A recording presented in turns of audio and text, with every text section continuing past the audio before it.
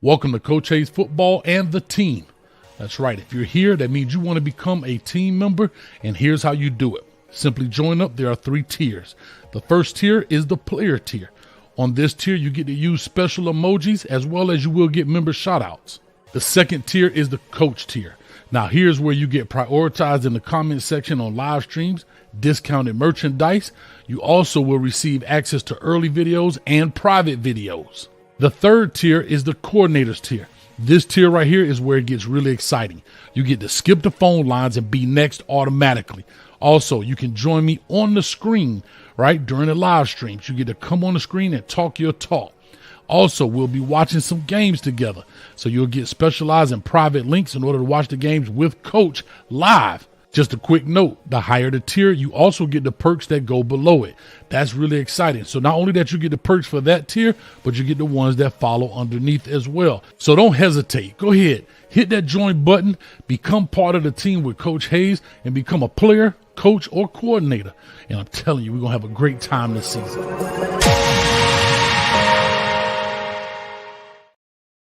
Take it back, take it back, take it back, take it back, slide.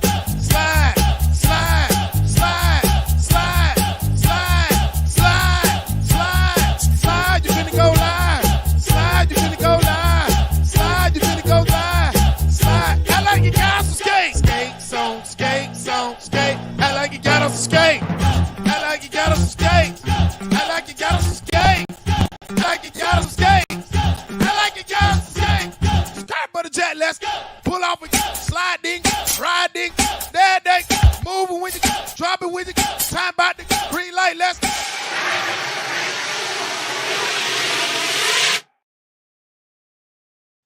What's up? What's up? What's up? Let me know everybody in the building. Let me know everything looks good, sounds good. I know we're a little bit late. Y'all forgive me. Life be lifing sometime, man. Coach been out there on the road, got back to the crib, just getting in right now. So easy on me today, please. Easy on me, man. I had to go do hair and makeup, wardrobe, and all that other good stuff. Let me know everything looks good, sounds good. There we go. LMV already in the building, and she's on it. I'm loving it. All right, here we go. Where are you at, LMV? There we go. Thumbs up. Let me do a quick couple of member shout outs. As you saw, we had a membership there. If you'd like to join, go ahead. Here's the best part. We've added a Discord to part of the membership. So if you guys are members or new people coming in, guess what? All you got to do is hit the link. It's in the description. I think, LV, please, if you go in the description, you can post it there. I'll put it up on the screen. And if you're a member, here's what's important. This is what you have to do, because there are certain rooms that are locked only to members, and we call it the locker room, right? Because this is, you guys are the team. And they go down in the locker room, and we might do a little after the party in the Discord tonight.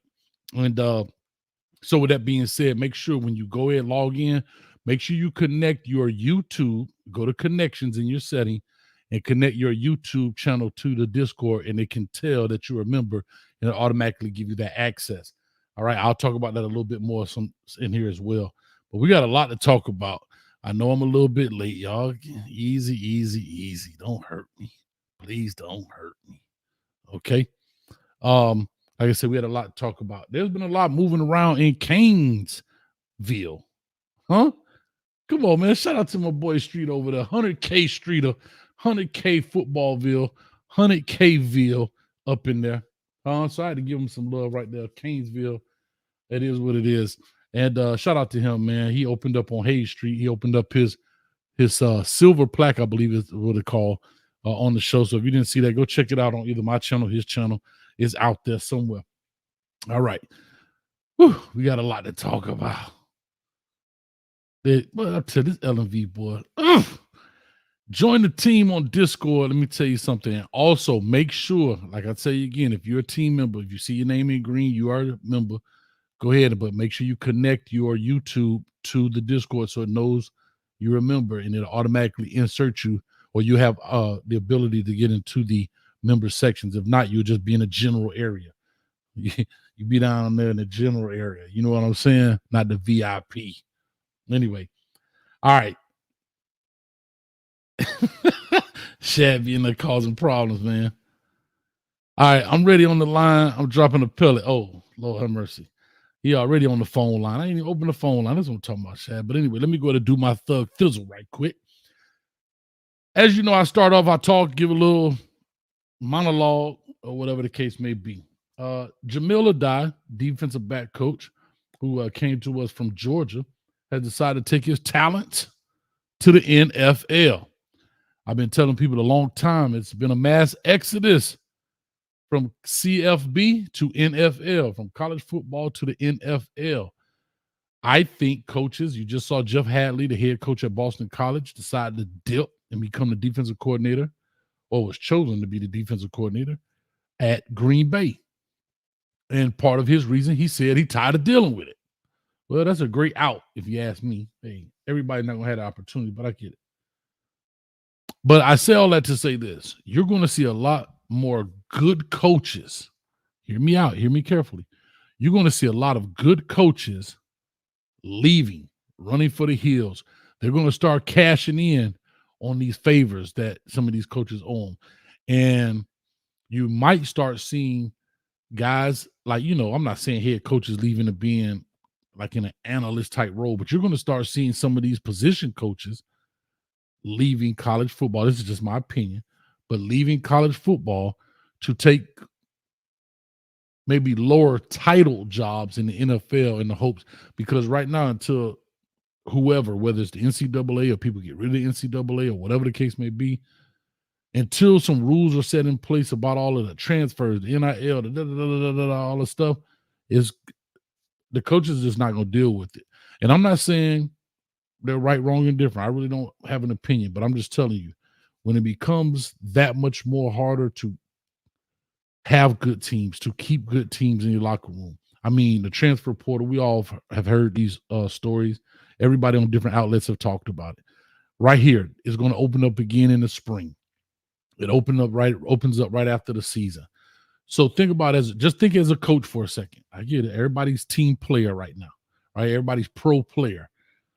But think from a coach's perspective. You're a head coach. It's a lot of pressure on you to win ball games.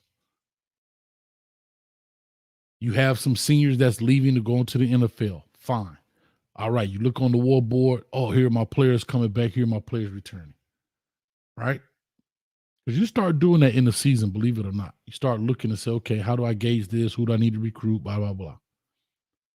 And then all of a sudden, boom, they jump in the portal. All right, well, I lost this dude, that dude, this dude, that dude. Fine. All right. I go in the portal to try and replace him.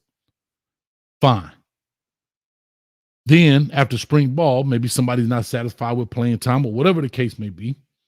Another wave of kids leave. And I got to go back in the portal and find, man, shoot, it's tough. So I definitely want to hear about that as well. And we'll definitely see what's going on with that. But anyway, back to Jamil Addae. He decided to go to the Buffalo Bills and be there. I totally understand it. I totally get it. Now, somebody said in here, and they may be right, Coach been on the road humping today. Pause. Should I pause for that, Shad? Let me know. I ain't even got my lights on yet. Look at this. I'm tripping. But right here, eBay, Merritt isn't confirmed. No, he's not confirmed, I guess.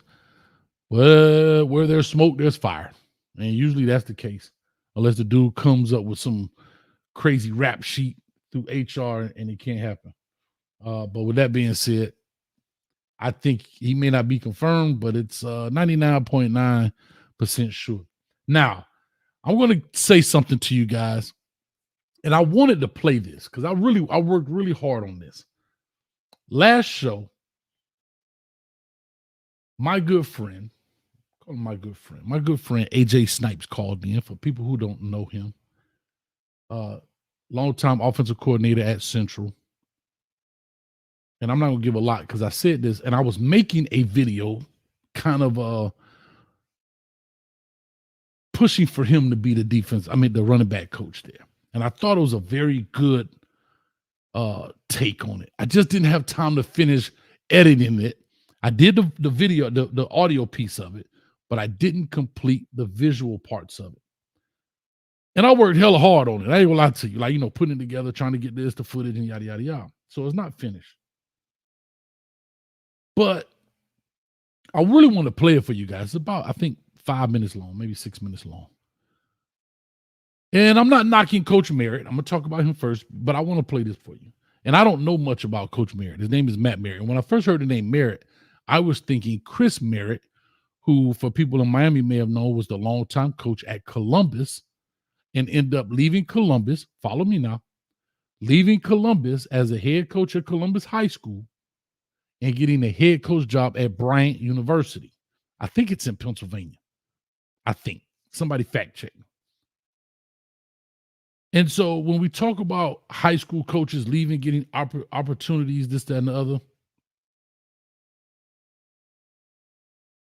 coaches or institutions can do what they want. We've seen people like Todd Dodge leave from South Lake Carroll High School, become the head coach at North Texas. Gus Malzahn, perfect example. Gus Malzahn was a high school head coach in Arkansas, gets a job, an OC job at Arkansas. Rhode Island, thank you guys. Thank you, Panama Jr. So we see that. It's really up to coaches that want to make that choice. We just saw Roland Smith, shout out to him, who left Central as the head coach and became the head, I don't know what his role is off the field, high school relations or something like that there. There are a lot of guys who are high school coaches. Coach Steve Fields, who was the tight end coach there, was a high school coach here. Frank Ponce, who coached there for us, was a high school coach. My man, James Coley, coached with me at Norland, was a high school coach, got a job over there with Nick Saban and so forth at LSU and went on to work with Jimbo Fisher and Kirby Smart and so forth. There are a lot of good high school coaches. They just need an opportunity. But it's hard for me to speak about Coach Merritt because I really don't know much about him. First time hearing his name. And so that's going to be interesting. But I'm going to play this because I think this is super important. If you saw the last show, you got some of it. But I want to play this, and I want you guys to understand, and I'll open up the phone line. We could chop it up. And I'll put this in the Discord, Coach learning about this Discord. I'm going to put this audio in the Discord if people want to hear it. But I thought this was very good. Not just because I did it, but I thought it gave a lot of insight to this. Now, mind you, Coach Cristobal threw a monkey wrench because usually it take him a little bit of time to hire somebody. So I really wanted to try to get it finished today, play it prior to the show, but it didn't work out that way. So anyway, I'm going to play this, and I want you guys to hear. Just listen to it. Ellen, let me know with a thumbs up. Everything looks good.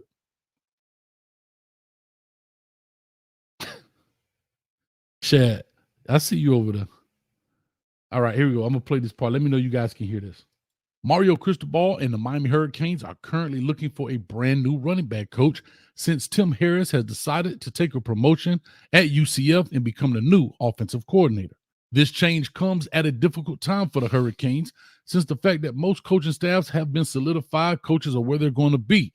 So Mario Cristobal has to scour the earth to find a running back coach, and I have the exact guy. But before I bring up his name, I just want to talk about him a little bit, and let's see what you think about him prior to actually learning who he is. He is a native of Miami. He has been coaching for over 25 years and has been around a bunch of top-tier talent, guys that you have seen play on Saturdays and even on Sundays. He is one of the most brilliant offensive football minds that I know of and have gone against. The way in which he approaches the game, the way in which he approaches the philosophy, and the way he calls the game is second to none. I have had many opportunities to sit down with him and just talk ball, and I'm telling you, his approach is crazy. The way he looks at it, the way he sees it, he is truly a forward thinker when it comes to football. He's not reactive, he is proactive.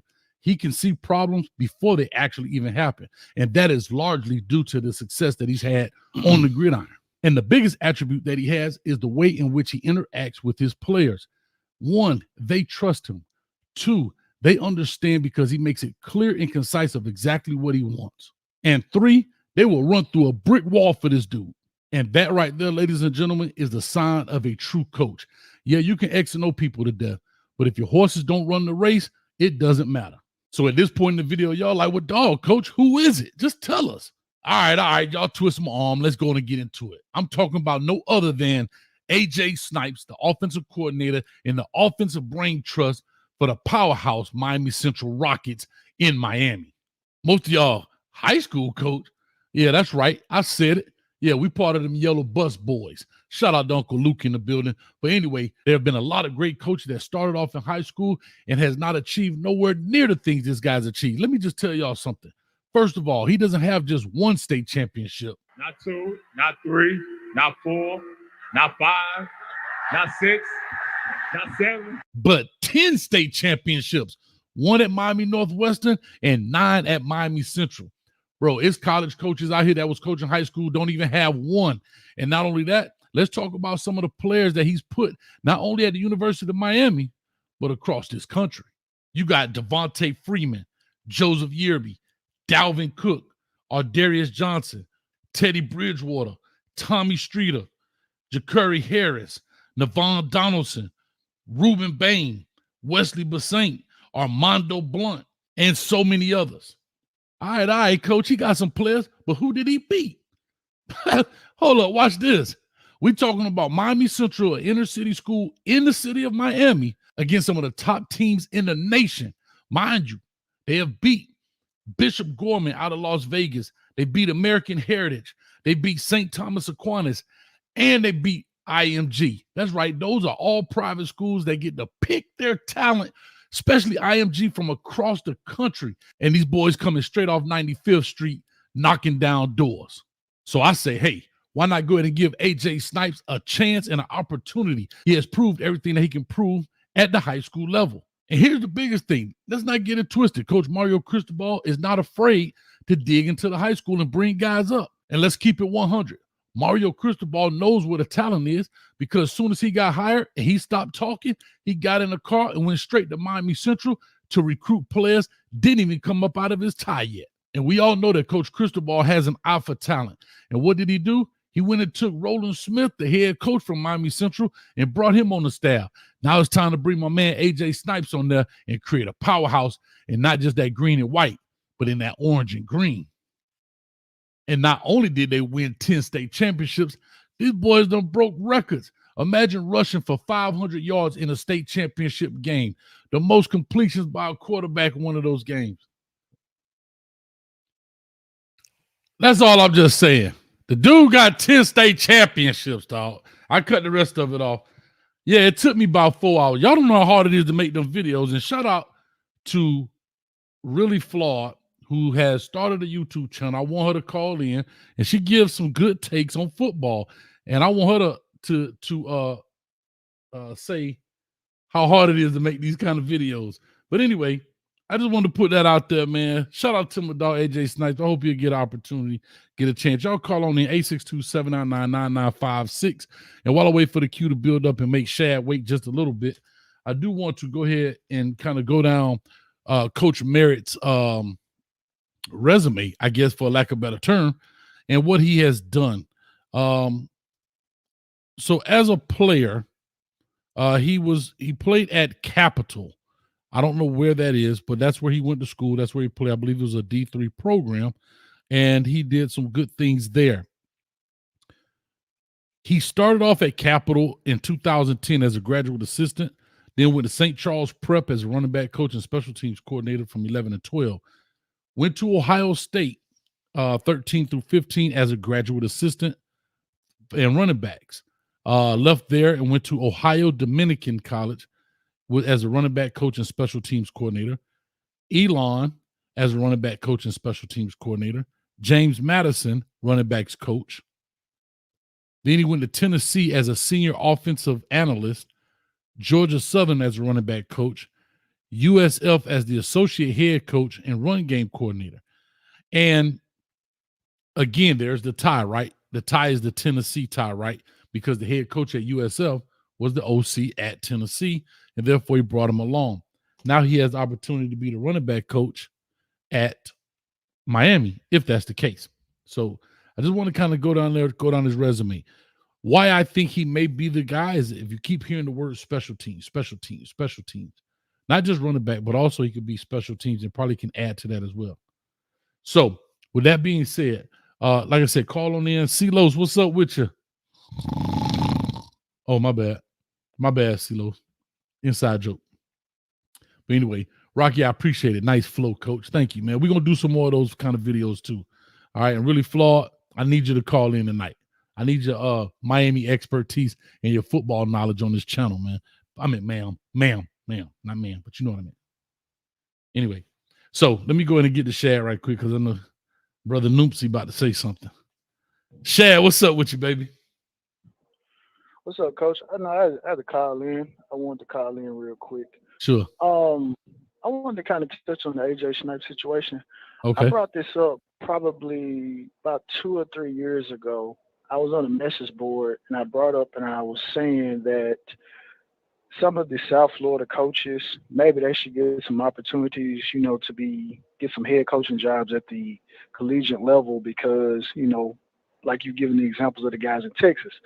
And the response that I got was embarrassing because some of the people went as far as to say that if you look at how undisciplined the players are down there, could you imagine that on the grand stage in college?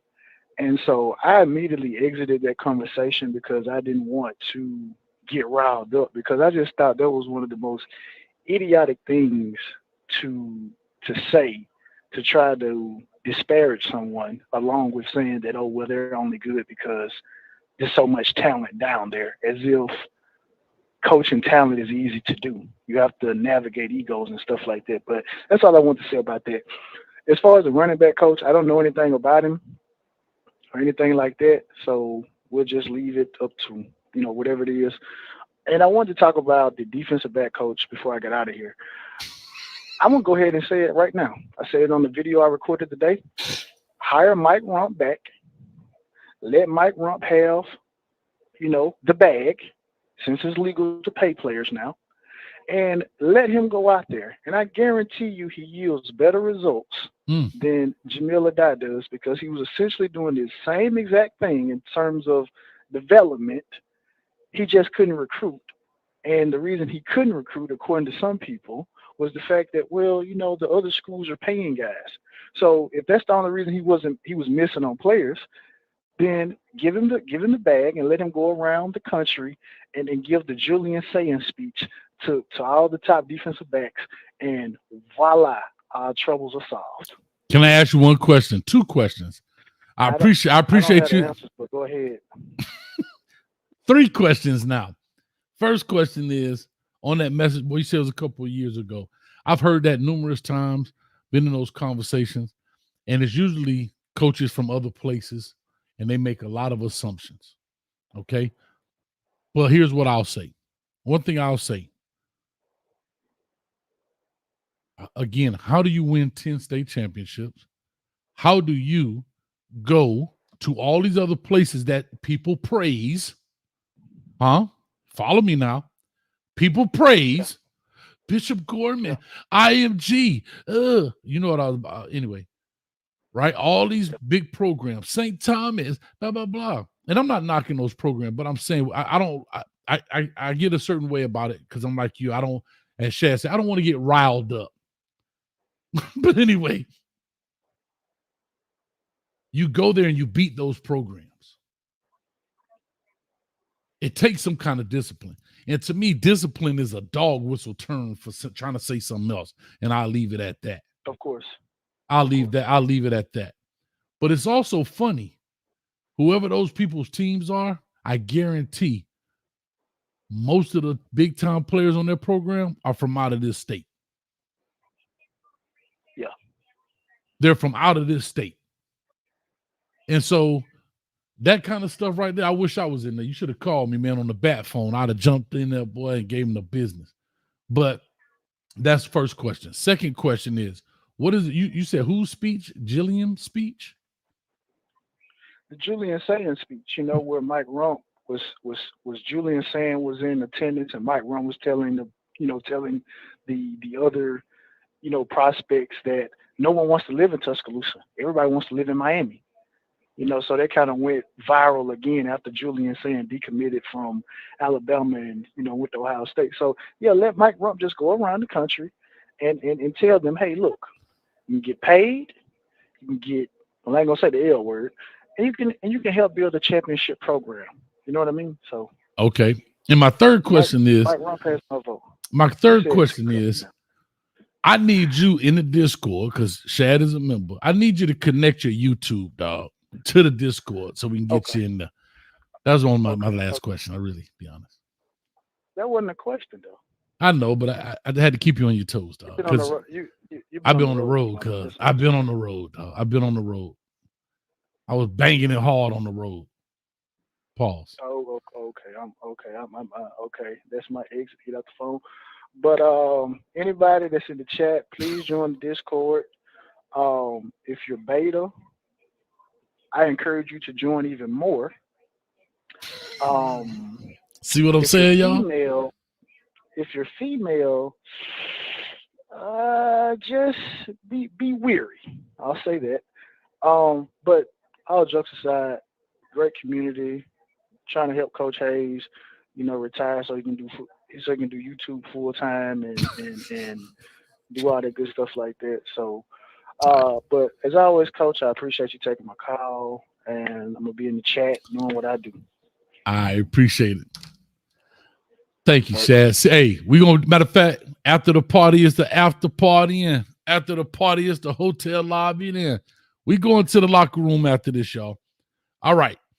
Next, I got my man up. This is what I need somebody to do. I need everybody to throw Z's in the chat. Throw some Z's in the chat. Just like this. Watch this. I need y'all to throw a bunch of Z's in the chat. Just like that. Throw them Z's up in the chat. You want to know why?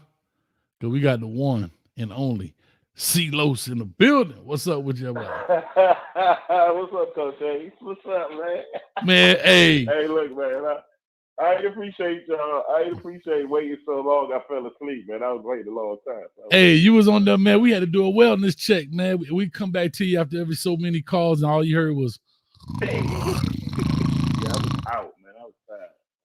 I get it, man. You should make that a little sound bite too, man. I got to, man. I got to get back to it. That was funny. Matter of fact, that's it right there. We're gonna make it a sound bite. They Z'ing you up in the chat right now, man. They Z'ing you up in the chat. Hey, man, what's up, everybody? Hey, look, hey, Coach. You ain't the only one. I tell you a couple of months ago. Remember a couple of months ago what I say about Cam Moore? What'd you say? Paperwork was signed.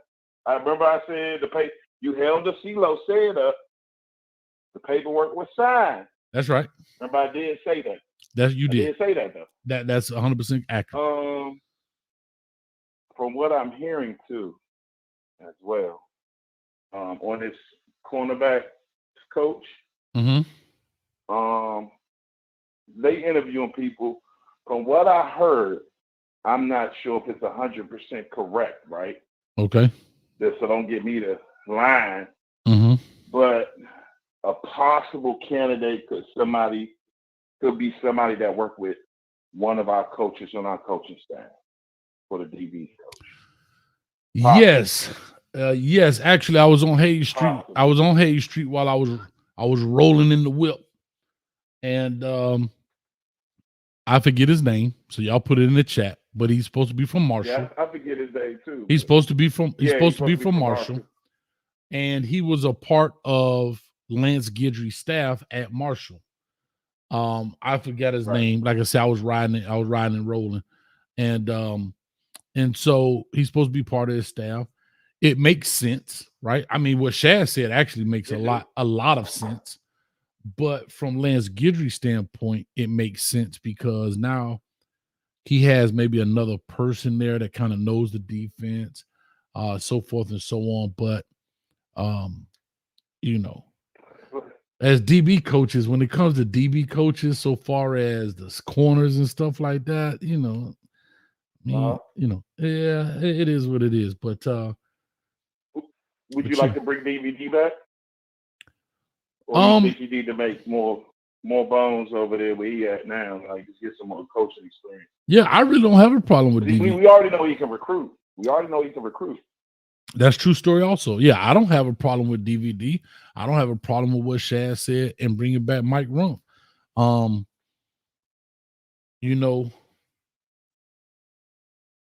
I don't know. I guess I'm biased. I have to admit I'm biased. I'm biased to the crib. You know, I'm biased to the crib. I'm not afraid to admit it, you know, and I want to see those guys who have worked hard so long get an opportunity. I mean, again, Mike Rumpf was the coach over that American Heritage and everything else. Where is he now? Anybody know what Mike Rumpf is now? He with us. He's doing tours and stuff like that and going to hoes and talking to parents and stuff like that too. Oh, Lord. Oh, so he's off the field. Yeah, he off the field. Yeah, he's off the field. He's an analyst, I think.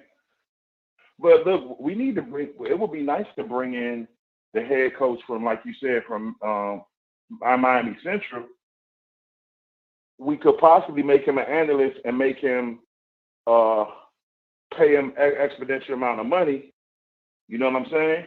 And then, because I honestly think, like you said earlier, like with these South Florida coaches, man, that's definitely going to put our foothold on a lot of these recruits coming out of these high schools in South Florida.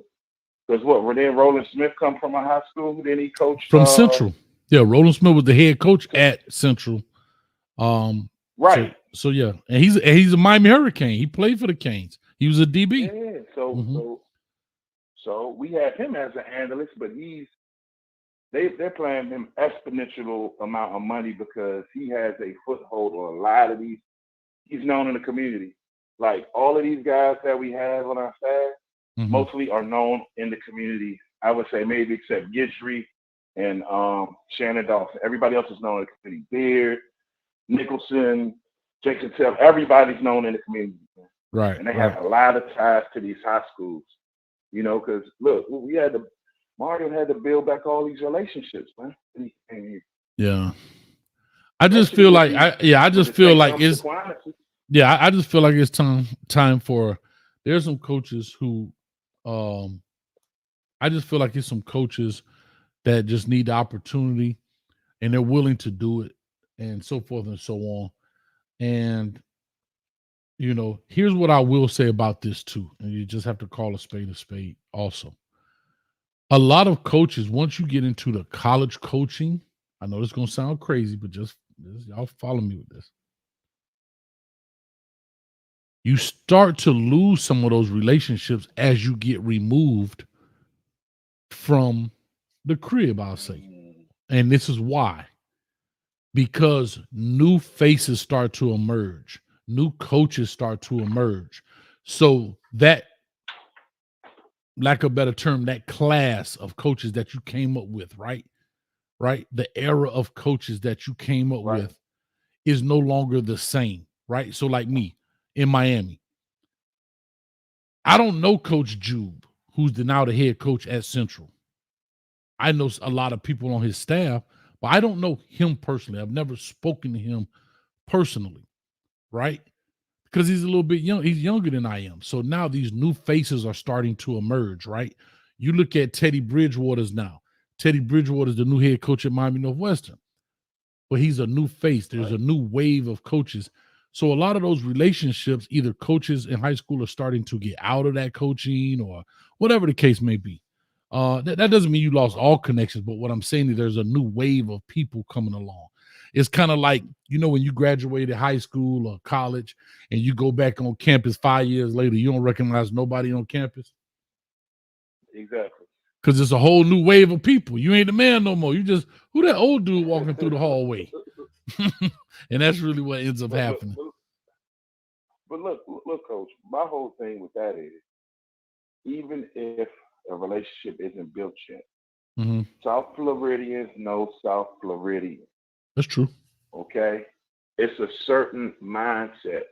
It's a certain killer instinct. It's a certain way of thinking. That's true. That South Floridians have other than these other areas, whether it be Texas, California, Maryland, New Hampshire, wherever. You know what I'm saying? So just being from South Florida, you can connect to a Teddy Bridgewater, a Jube. You know what I'm saying? So just knowing that, just having our head coach being a South Floridian, and Kevin Beard being a South Floridian, and you might as well say Jason Taylor South Floridian because he's been in Miami. He honorary for real. Yeah, he honorary. Let's be honest, man. Yeah. And then who else? Nicholson. Even though he played at Florida State, I mean, he's known in South Florida, man. Let's be honest. Yeah. So, just bridging the gap. That's right. But if we from the same place, bro, we'll connect just off being from the same place. Yeah. So. Yeah. But I'm looking forward to see who they replace Zoe with, though, because. Yeah, I didn't even speak on him yet. And again, I don't know why I missed it. But even Zoe, right? Alonzo Highsmith, he decides to say, "Hey, I'm finna dip." Where does he head? Where is he going? To the Bills too? NFL. No, he's heading to the Patriots. He's going to the Patriots. The Patriots. Okay. So again, Patriots front office. Yeah. So, and people think about, Alonzo, why would he leave Miami? Bro, he trying to be there with all that recruiting. NFL, I'm telling bro. It's a different life, bro. I don't think people understand the NFL coaching. Like, it's not easy by no stretch, but a lot of the stuff you have to deal with is not the same. It's kind of like I was talking with a guy at work, and he was like, "Well, Coach, why all these coaches leaving this, that, and the third, and yada yada yada." And I try to put things in terms. I said it's almost like teaching kindergarten versus high school. In kindergarten, you don't have to deal with crying, and in kindergarten you deal with crying and snotty noses and that kind of stuff. High school is a little more adult. And all that. Yeah, like teaching kindergarten versus 12th grade, bro. Like, you know what I mean? Yeah. It's got its own set of problems. It has its own set of issues, but it's totally different. So it's all depending on what your mindset is about. And so, that's the best way I could explain it to him. And with Addae, I don't even know if Addae ever coached in the NFL. But if the Bills calling and you have an opportunity to go to the NFL and coach, go ahead. Hey, bye, Felicia. Hey, look, from what I heard, though, a lot of the players didn't like Coach Addae, though, what I heard. I've heard that, too. I heard he was a little rough. He wasn't the most liked person on the staff. Wasn't approachable, that kind of stuff. Yeah, absolutely. Yeah, I've never met him. I don't know him. So, I never run across him in recruiting. So I can't speak to any of it, but I've heard that as well. We have a lot of dogs on these ants, man. We have a lot of dogs in analysts, man. Roland Smith, the Polites, Hippolyte. Talking about Hippolyte. I'm sorry, Hippolyte. Yeah, that's my man's right there, man. We got so many guys, man. Yeah. Man. We got some dogs on these analysts, man. You got Edwin Patter. Well, Yeah. Patter. That's what I was thinking about. Patter. Mm-hmm. Patter. He always going to somebody's home. To recruit their kids. Yeah, man. But my whole thing with that is, look, Mario is getting guys, young guys, that are hungry and have something to prove. Just look at Lance Guidry and Shannon Dawson. They had something to prove. That's right. You know what I'm saying? Jason Taylor has something to prove. Kevin Beard has something to prove. Even the running back coach that just left, Tim Harris, has something to prove. Everybody has something to prove. Right. They're hungry, and they hit that recruiting trip. You notice he's bringing in, most of our coaching staff is all elite recruiters. I would probably say, I'm not going to say except, but he's probably like, I ain't going to say he our weakest link, but he probably is not the best. He's a decent recruiter, but he's a hell of a teacher. Joe Salovey. He's a hell of a teacher. Don't get me wrong. The man can recruit too, but if you would put him in order, he probably would be the least. He would probably be at the bottom of the list of ever recruit right now. Just thinking that imagine if we didn't have Jason Taylor, would we have gotten all of these edge guys, these defensive tackles? You know what I'm saying? So who knows? But we got some teachers there, man, and I think we head in the right direction. But I want to see 9 games. I want to see us win 9 games, bro. Like 9. Not gonna cut it this year. CeeLo, hold on. 10. Because I got cool from the crib back the here, so I worst. got to finish this up. At the worst, coach. At the worst, coach. 9 games. At the worst. Okay. 9. I can't. And I know it sounds Los. Listen, Los. It's not you. I here. Me and 12 had this conversation, and a couple other people, and we may go deep in the Discord with it, but I'll just say this very quickly because cool from the crib in here, DP in here. Okay. The only reason I say 9 is unacceptable because last year we technically should have had 8. Okay. So to get a guy like Cam Ward, and pay the money and all of the hoopla for a 1 game for a +1. Think about for a +1. Right. I would can I be super honest here? Hey, super honest. I'd rather let Ja'Cory Harris go. I mean Ja'Cory Brown, excuse me. I'd rather let Ja'Cory Brown be the quarterback or Emory Williams. If I'm going to do all of that, if I'm going to, because 9 is not going to get you in the playoffs. I could tell you that right now. 9 is not going to get you in the playoffs. Like 10 or 11 wins. At least 10 or 11 wins. So so not you, but in speaking generally, if we went through all of this, and you said minimal, if we're saying all of this, minimal, yeah. So that's back to what I'm saying. So we go and say all of this, and we're only 1 game better than last year. Yeah, I'm hot. I ain't gonna lie. I've talked about it, but I didn't talk about it. I didn't get as deep into it just yet. But yeah, definitely. I understand completely what you're saying. For me personally, being a Miami fan, I'm just not getting too super excited. I want them to be in the college playoff. So, but I have to reel myself back in. You know what I'm saying? Yeah. I'm going to just say 9 wins for me because even though I don't want that and I think it's unacceptable, but I'm just setting the bar. This year, I'm setting the bar low until I see better. Because on paper, we have the best team in the ACC on paper, but they have to put it on the field. Mario has to stop blundering some of these calls that he's making. And he got to stop micromanaging, man. Yeah. He needs to let the coaches coach, man, and stop micromanaging. I think him micromanaging is holding us back a little bit. Yeah, I'll just say this because I got to push on, but real quick, Mr. Overdose says JB11 or Williams equals 7 wins. My thing is I'm cool with that. The reason I'm cool with that because they're young. I'd rather win 7 games and they have 7 games of experience than to go out here with all this fanfare, and I don't know what the money was spent on getting Cam Ward here and all of that for a +1 season. That's all I'm saying. Right. I would rather take that step back to make steps forward than not have these guys get any game experience and we have a +1 season. And when I say a +1, yes, we won 7 games, but I would be considering taking an 8th win. See, some people. That's what I'm saying. I'm taking. Because I don't even count that. I got you. Yeah, but I'm taking that. Like that game should have been won. It's not like, oh, well, we lost the game and they cheated us out the last call and his toe was by the line. No, we literally gave the W away. So that's what I'm saying. We would have won 8 games this season, and to bring Cam Ward in is a 1-game win. With all of this, nah. Right. That's definitely yeah.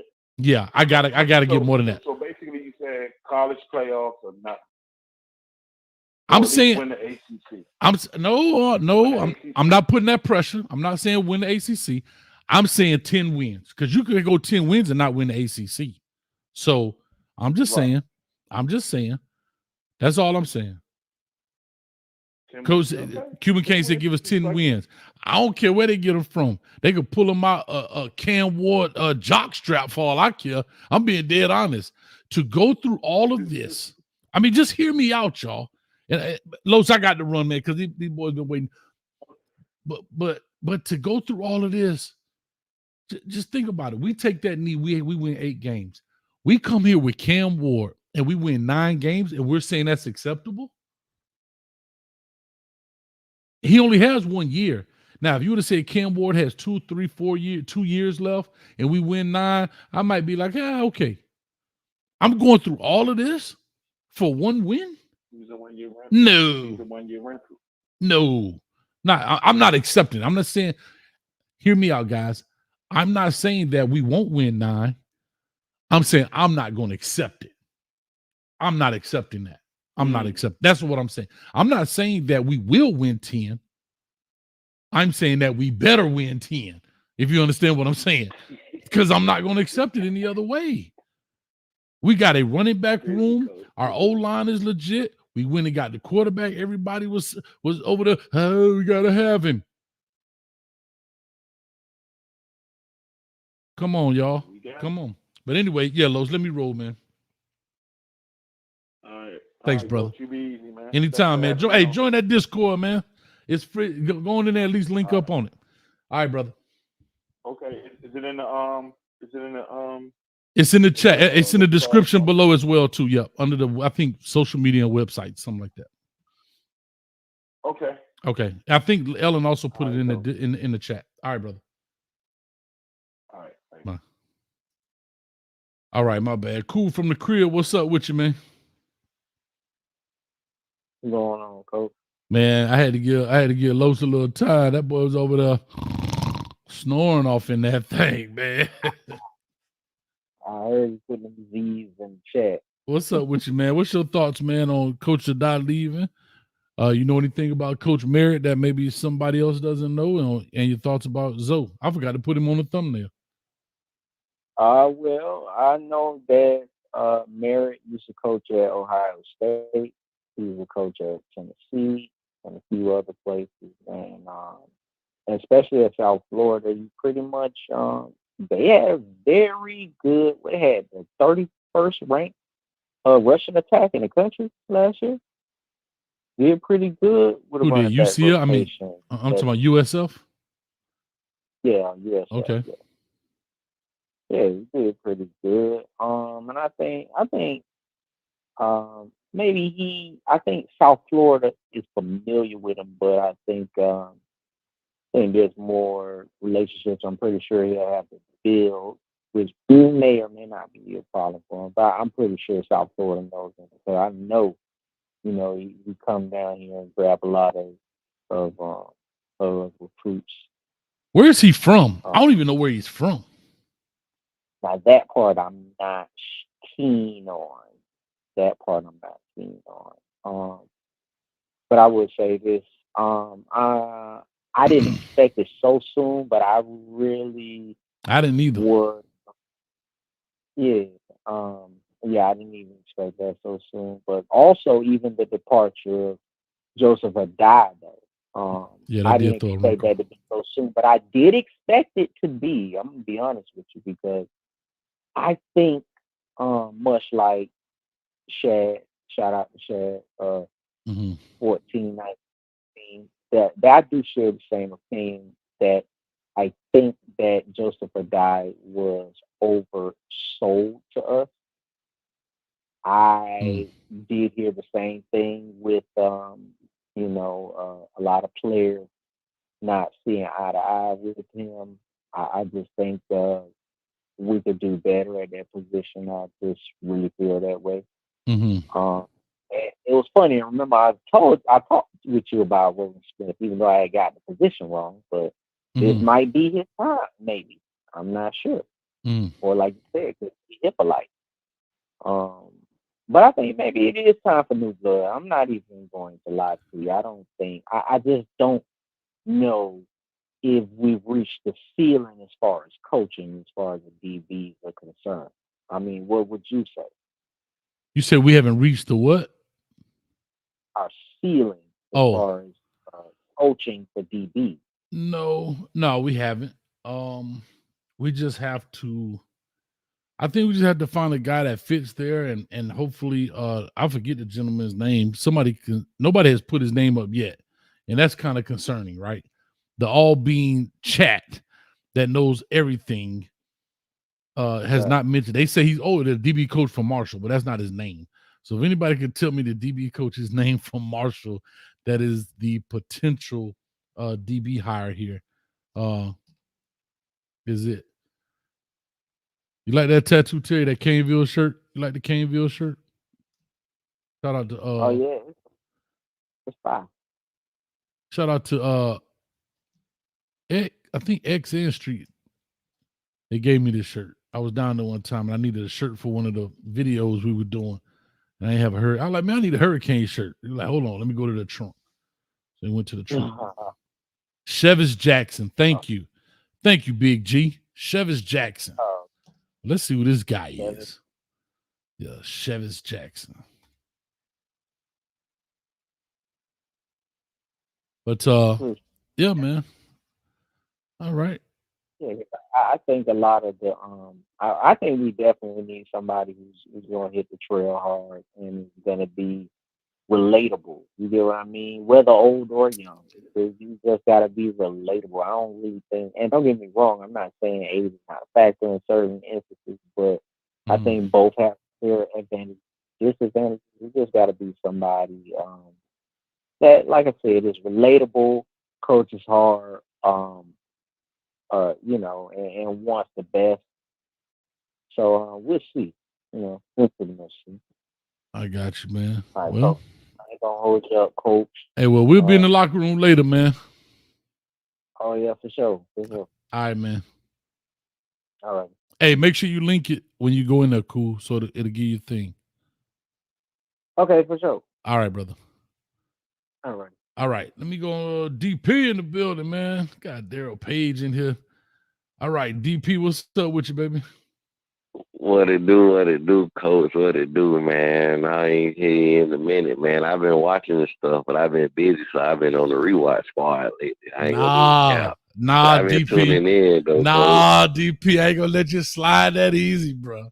Nah, DP. First of all, I missed you, dog. As soon as you sent the thing, I think it was yesterday. I had just pressed the end button, so hopefully, I think you got into the Discord, whatever the case may be. But go ahead and you can link onto there. But second is, DP, you've been busy, all right. You've been busy, all right. You know what you've been busy doing. Yeah, man. You inspired me and motivated me to make me a little channel, man. Yeah. I've been looking up to you for a long time, man. So I decided to go ahead and do it and try it out, man. Man, that boy got him a page, y'all. Y'all clap it up for Daryl Paige. Got a page. Y'all clap it up for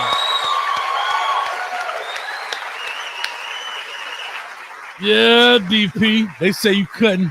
Hey, they say you couldn't side deals, homie. Huh? You couldn't side deals. No, I ain't cutting no side deals, Coach, man. I ain't cutting no side deals. I'm still part of the team, man. Man, they say, hey, hold up. You ain't ever lied when you say that edit is hard, boy. Oh, it's terrible, dog. It's like trying to mop the ocean, bro. It's awful. But listen, they say your channel colors is garnet and gold. Is that true? Oh, never that. It's all about you, baby. Always. Okay. I just make it show. But anyway, man, real quick, man, what's your thoughts on this right here, man? What's your thoughts on the changes that have happened in Kane lane? Man, I feel like we can't win for losing. We get our running back coach, then we lose our DB coach, then we lose our chief of staff. But I got a challenge for Coach Mario Cristobal. I got a challenge. But for him to fill that void of the chief of staff or the GM of football of Miami Hurricanes, if he can recruit Ray Lewis to the youth and get him in the building some way, somehow, some shape or form, that aura is gonna change the whole bit. It's gonna take it to a whole nother level and bring DVD back to the youth. But if he need to recruit Ray Lewis to the youth to fill the void that Alonzo Highsmith left. And shout out to Alonzo Highsmith, man. All right, can I ask you a question? I do want to ask one question. What's up? And nobody has answered this yet. Maybe you can, because you are now a YouTuber. Why does Ray Lewis' name keep coming up in a coaching capacity, whether it's Miami, it's Colorado? I don't ever, maybe I'm not watching the right channels and stuff, but I don't ever hear him talking about coaching anything. I don't hear him, and I know he goes to schools and does this motivational stuff, talks and whatever. But why does his name keep coming up or I'll just say fans or whatever keep coming up saying they want him to be there? As far as why his name keep coming up, it's just the motivational impact that Ray Lewis brings. But honestly, me, as far as him coaching, I'm not sure Ray Lewis really want to coach. But likewise, say the GM of football would probably be a perfect position with him, where really he just scouting players. And then he get to talk to the team and be around the team, you feel me, and watch film with him if he really want to, you feel me. But it's just the impact that Ray Lewis brings, man. It ain't no linebacker like him, man. He a UM Hall of Famer, NFL Hall of Famer. He's just one of the greatest of all time when it comes to the linebacker position, and when it comes to motivating players and getting some of the lower players to step up to their fullest potential, because he gonna bring that out of you. And who else better than Ray Lewis if he would want to do that? Honestly. Okay, I get that. But we still ain't talking about the coaching part of this, right?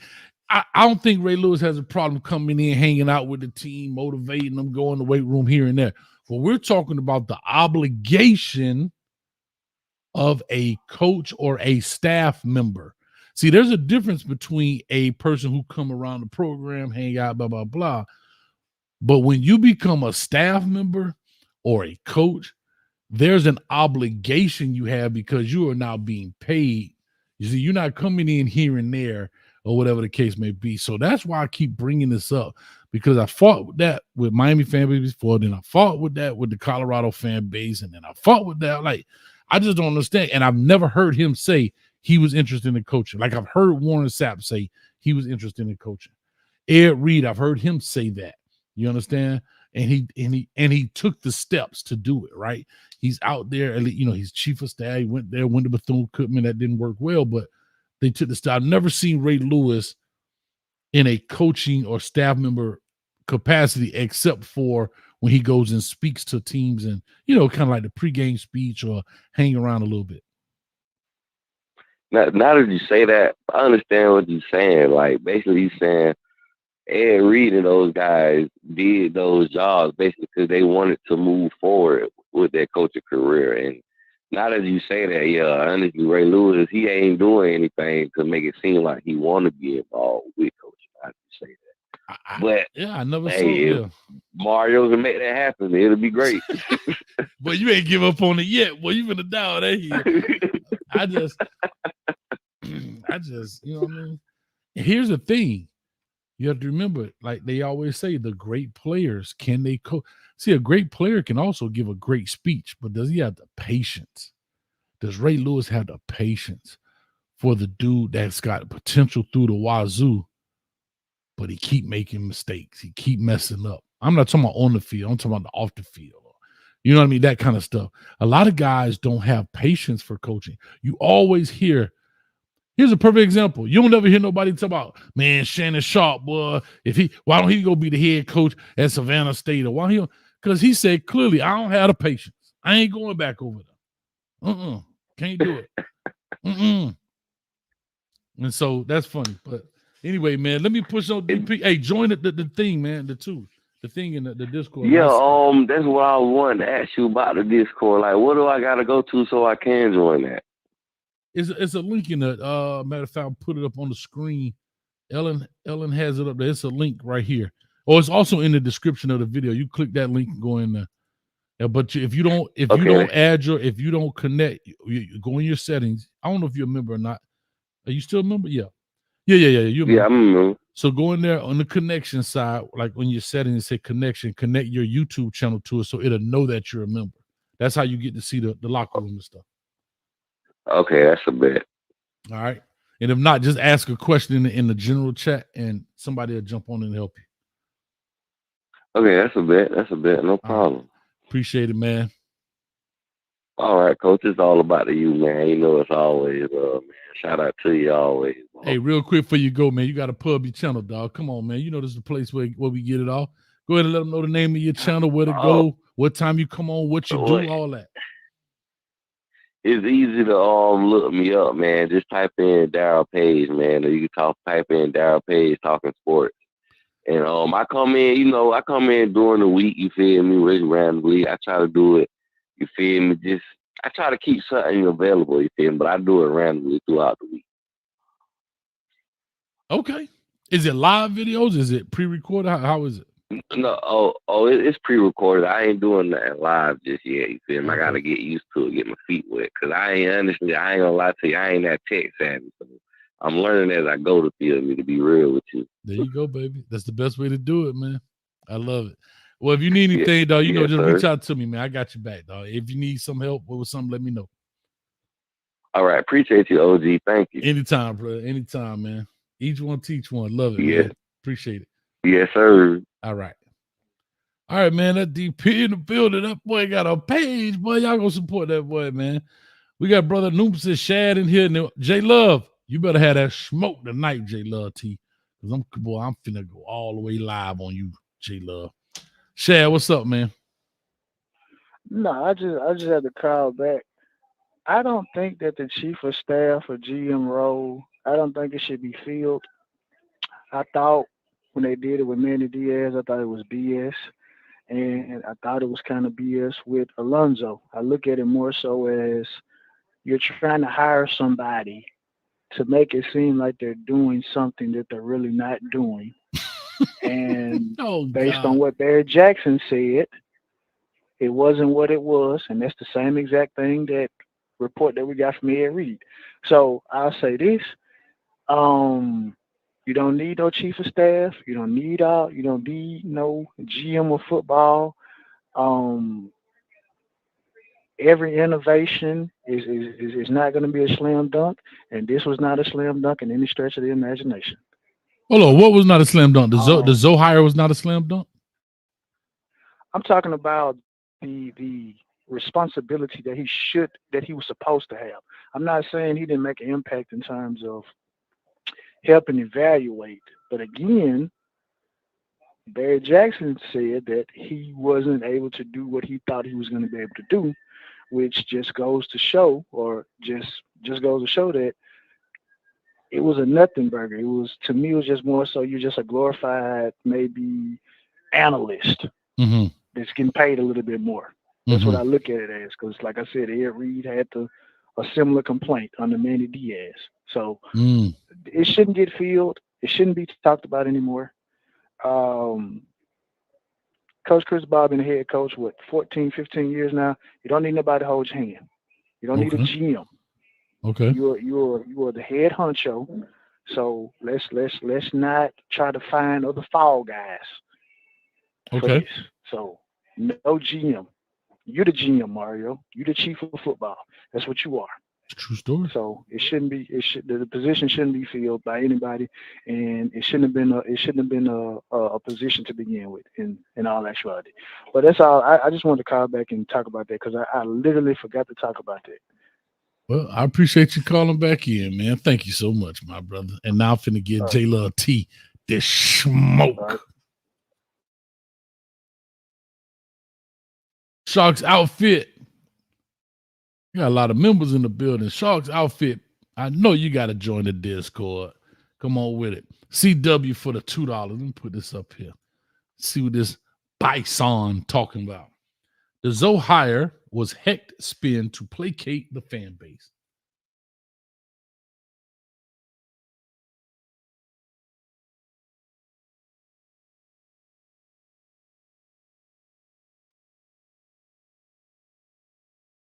I'm trying to think if I agree or disagree with that.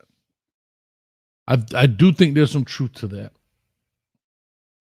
I do think that Alonzo Mourning went into that role with one idea, like with a certain, criteria in mind. And it wasn't what the job description said. You know how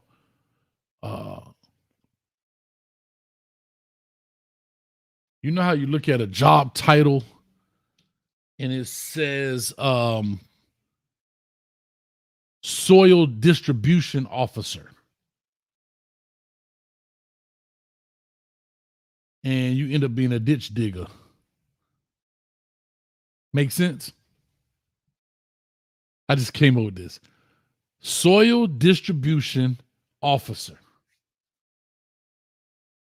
And when you get there, they give you one tool, a shovel.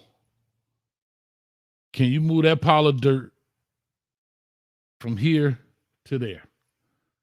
Appreciate you. I'll be back in 8 hours.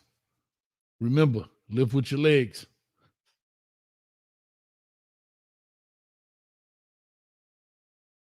But when you go to that job and you say, hey, honey, I just got this new job. I'm the soil distribution officer. And you're like, yeah, I get an opportunity to take certain soil and distribute it in certain places where it can help things grow, and you just digging ditches. That's it. Probably was a terrible, terrible analogy. But I'm trying to give J Love T time to get his stuff together. Even though he's on the phone, I can see him shaking. Because he can hear the sound of them Sasquatch feet. Shout out to Biggie. I appreciate that. Shout out to UCW for the $2. That sound important. Yeah, it sound important. Coach needs some cane juice. Well, it's going to be flowing in the locker room, baby. All right. Oh, we in February. I got to do a member giveaway for January. Hot diggity thing. But before I do that, all I'm going to tell you is, are you ready? Huh? J Love T, are you ready?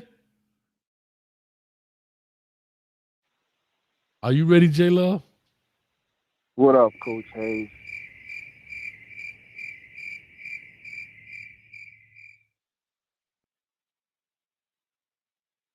Waiting on you, dog. You better have some smoke. Do you want smoke? We I want got all a the ring. smoke. We want all the smoke. Nah, I ain't gonna let you get pop. off that. No. I'm not gonna let you get off that easy. You call up in here. You call up in here yelling on the phone. You got sound effects. Coach, are you ready? Coach, I'm about to get it to you. Coach, I got these questions. Coach, and you get up here. Yeah. Hi, Coach. No, man. No, all right. I don't want to sound like a hater, Coach. But you are what you are. Okay, I'm sorry. Go ahead. But yeah. Dog, how we had this terrible season and people are getting promotion. I'm hot. Who got promoted? I expected it after a 10-win season, 11-win season. Good. We got our money's worth. But I feel like we getting robbed, dog. Hold on. I feel like we got robbed. Hold on. Who got promoted? Addae? Oh, you talking about out the? I thought somebody got promoted. Okay, I get, bro, because it ain't who. I mean, it ain't what. It's who you know. You know that. That boy say, "I'm out."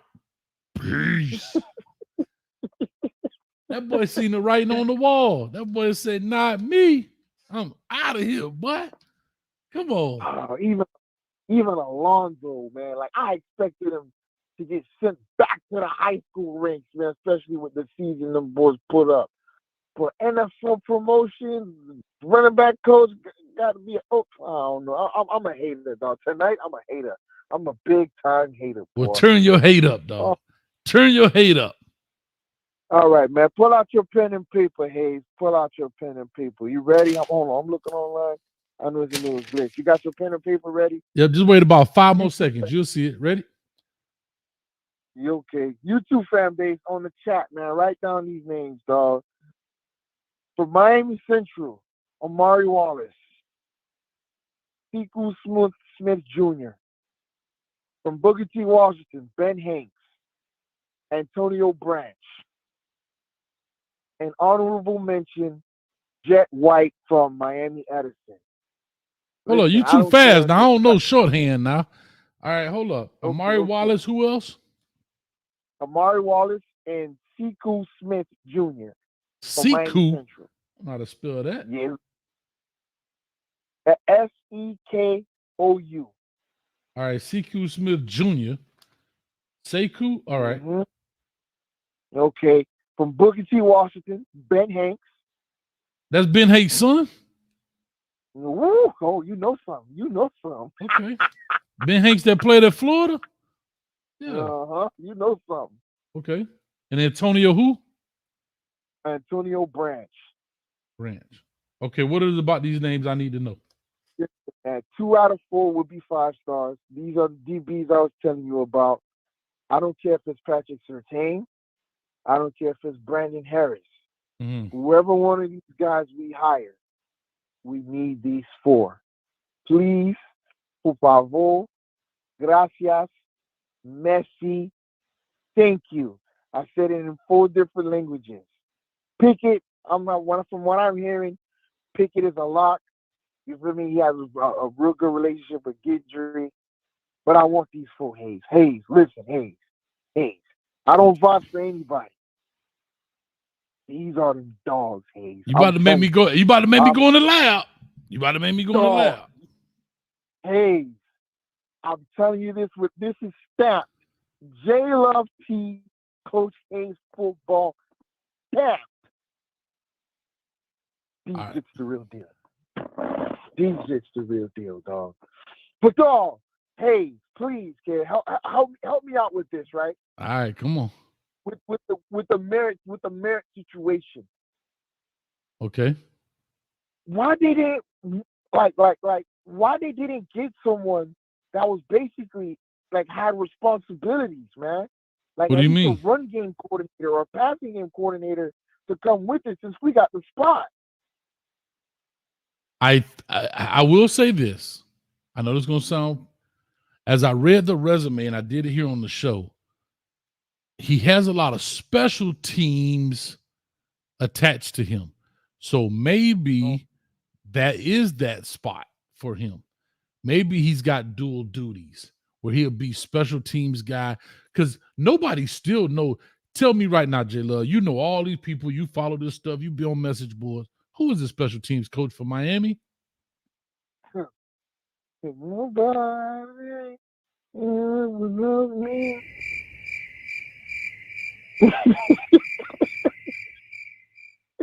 And that's my point.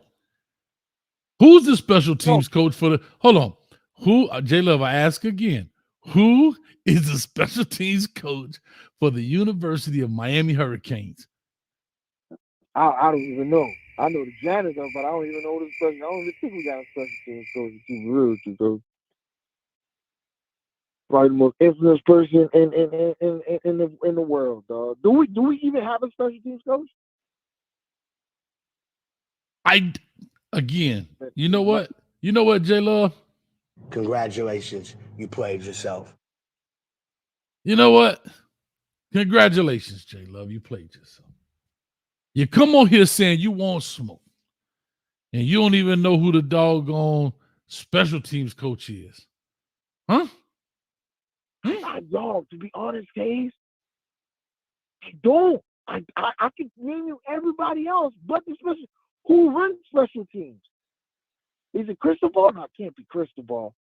But I don't even think the chat knows. Don't even play me like that. Hold on. Let me look. The tight end coach. Nobody has tight end coach. But they don't even know his name. Yeah, nobody.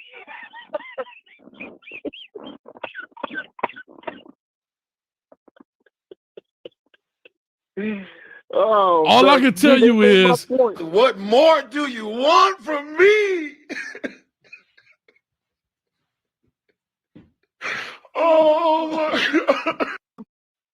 What more do you want from me, J-Love? You come on here saying you're going to give me smoke.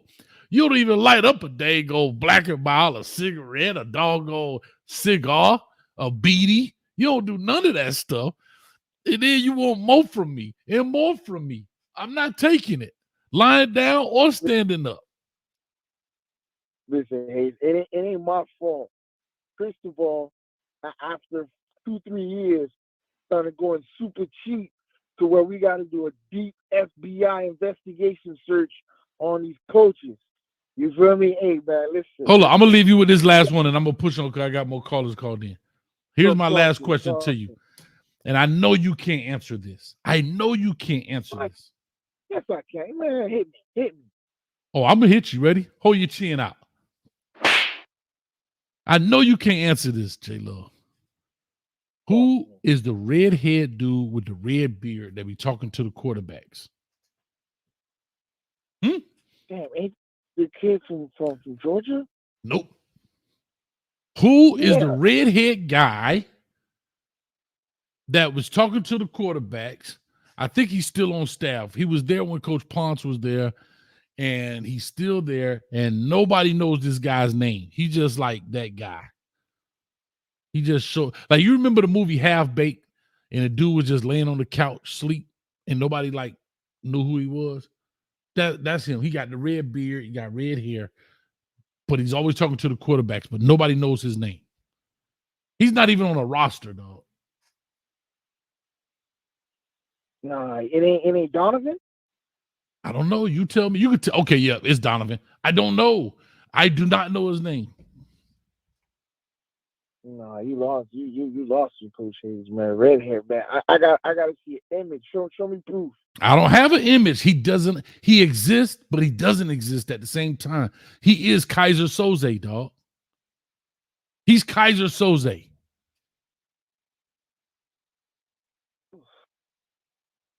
Listen, man. If they need donations, let me know. But let me get back to you with this. So Patrick 13 to the youth. You rocking with it, right? You might as well take their best recruiter right now, FSU, or their second best recruiter. I mean, I'm cool with it, but it's all good. Say less. All right, Coach. All right, man. Have a good one, man. When you do those WREs, let me know, brother, please. Yeah, I will. Listen, your stuff today was terrible, J-Love. I need you to come with more energy. Coach be looking forward. When your name pop up, I'll be super excited. We won 7 games and people was getting promotions. I'm hot. I'm hot. They were supposed to go back to the They were supposed to go back to the YMCA like Mark D'Onofrio, man. You feel me? I don't wish bad on nobody, but damn, bro, like. Oh, that's tough. Again, man, I'm short. All right, man. Let me get pushing, man. Yeah. Thanks, brother. That's J-Love T. I had to let him ride out a little bit. All right, here we go. We got Lexus on the line. Lexus, how you doing? Hey, Coach Hayes. How are you? Oh, boy. Hold up. My man E. Brown, he says, without vacillating with duties and responsibilities, disappointed Alonzo to move on, Coach.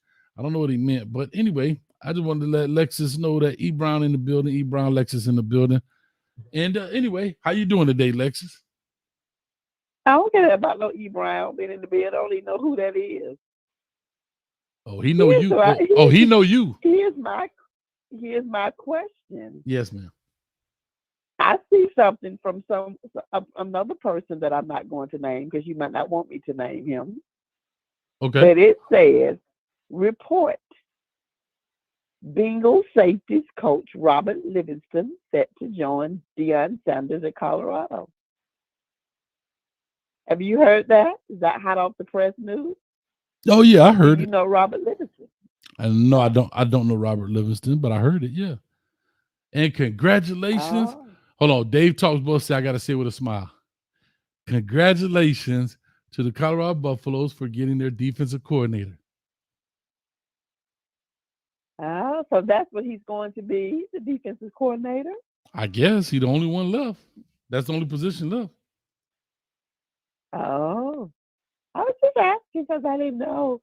So, my other question, what is this thing you asking us to join? Are you a member, Lexus? I don't think so. Oh. Are you a fan of the show? Are you a fan of the show, Lexus? No. You're trying to get me. You can't get me like that. Sometimes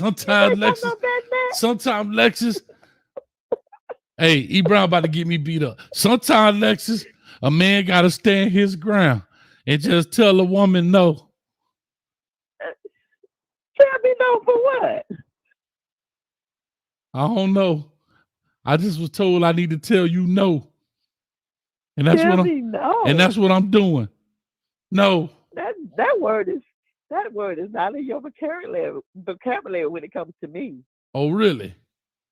Really? Well, Lexus, you can't come to the locker room. Did I do good, E. Brown? Locker room? Did I do good, E. Brown? The locker room? That's too many people in the locker room anyway. He go down in the locker room, Lexus. Well, I'm trying to tell you. But anyway. You ain't doing nothing I haven't already done in no locker room. Don't play me. Hold on, Lexus. What you just said? I haven't done what you've already done in the locker room? My Lord. I think you haven't done anything that I haven't done in that locker room. Trying to act like it's something that I'm missing out on.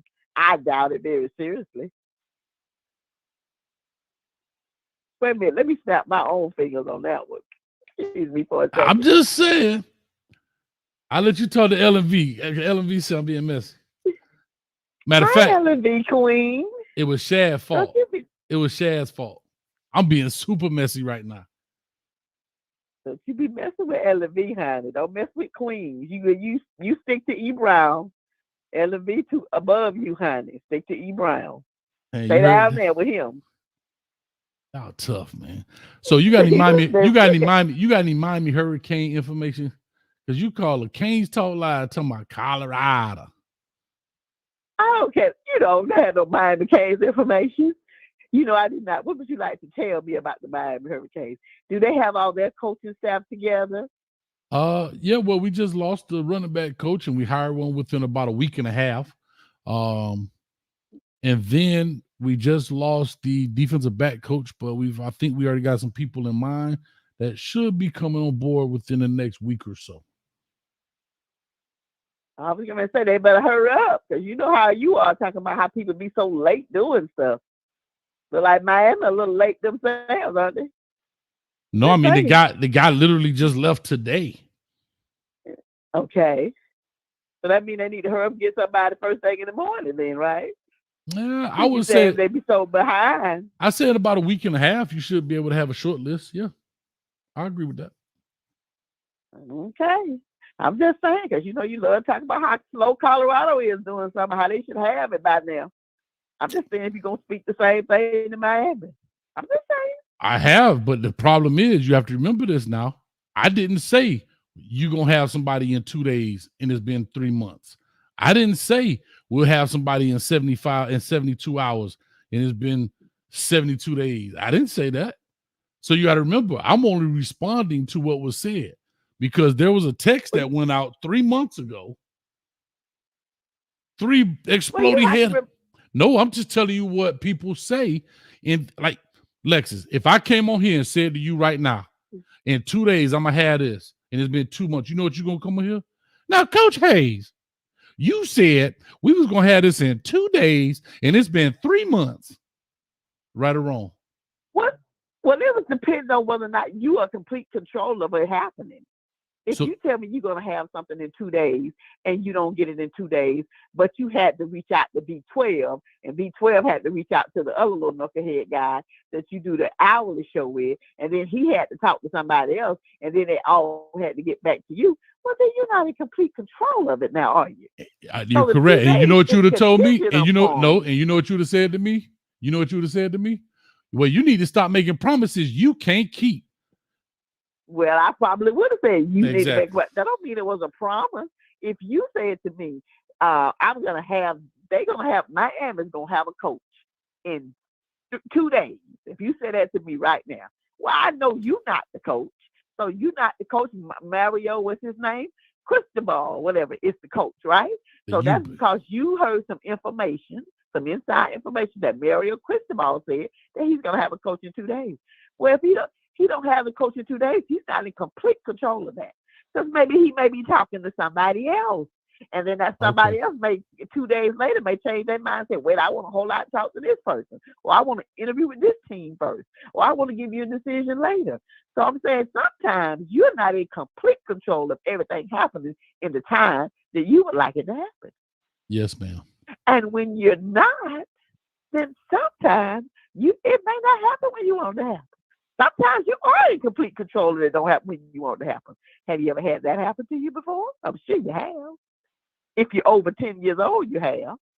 And then that's when I be quiet and I don't make any more promises. I don't keep saying, oh, give me 2 more days or give me 3 more days. I'll just be quiet because I can't deliver because I am not in control. But you know I love you to death, Lexus. Yes. you ain't ready. You ain't ready for that locker room. You ain't ready for that locker room. Child, I forgot most stuff that you know. What you talking about? I ain't ready for the locker room. What's in the locker room that I ain't ready for? Well, teach me then. Get in your locker room. I tell you now, Lexus. All right. All right. I'm just trying to tell you. Oh my goodness! It's going down. So you tell me who's gonna win the Super Bowl Sunday. Tell me who's gonna win the Super Bowl Sunday. It's not in my control. I have no idea. Yeah. So who do you think is going to win based on your coach knowledge? And just your fan, just being a fan of the sport. Maybe Kansas. I believe Kansas City might win it. I do believe Kansas City may win it. Okay. Well, I want Kansas City to win it. We finally But if agree. they don't win, it won't be a big deal because I don't have a problem with the 49ers. I just kind of want Kansas City to win it. It's nothing deep about it. I just hope they do. But if they don't, it's not the end of the world. I love it. Yes. All right, Coach A. See you tonight in the locker room. Hey, see you tonight in the locker room. Make sure you got some rest. I can't come to the locker room. I'm not a member or fan or whatever you say I have to be, right? Sometimes we let you in the back door. Oh, you don't let that. You better I don't hope that back door get yourself in some trouble you can't get out of. Well, guess what? Well, if I'm wrong, I don't want to be right. Lexus, make my toes curl. I just wanted to call you and talk to you. That's all. I really didn't even want that. So you know nothing about no Addae leaving the NFL and Coach Man. You ain't never heard of these people. And, I'll keep up with Miami. So, I was just calling to mess with you and to ask about that because I ain't gonna say his name, but I saw it pop up on my notification. That's all.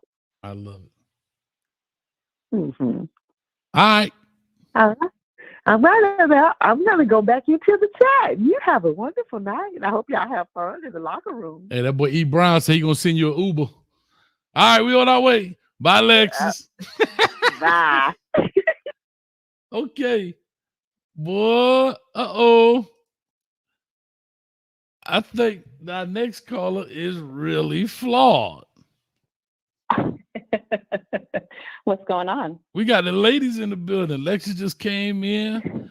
E. Brown in trouble. We got really flawed in here. Sorry, I interrupted you all's time together. Nah, it's all good. You know how I go in the locker room. You know how I go in the locker room. No, I don't know how I go in the locker room. Mm-mm.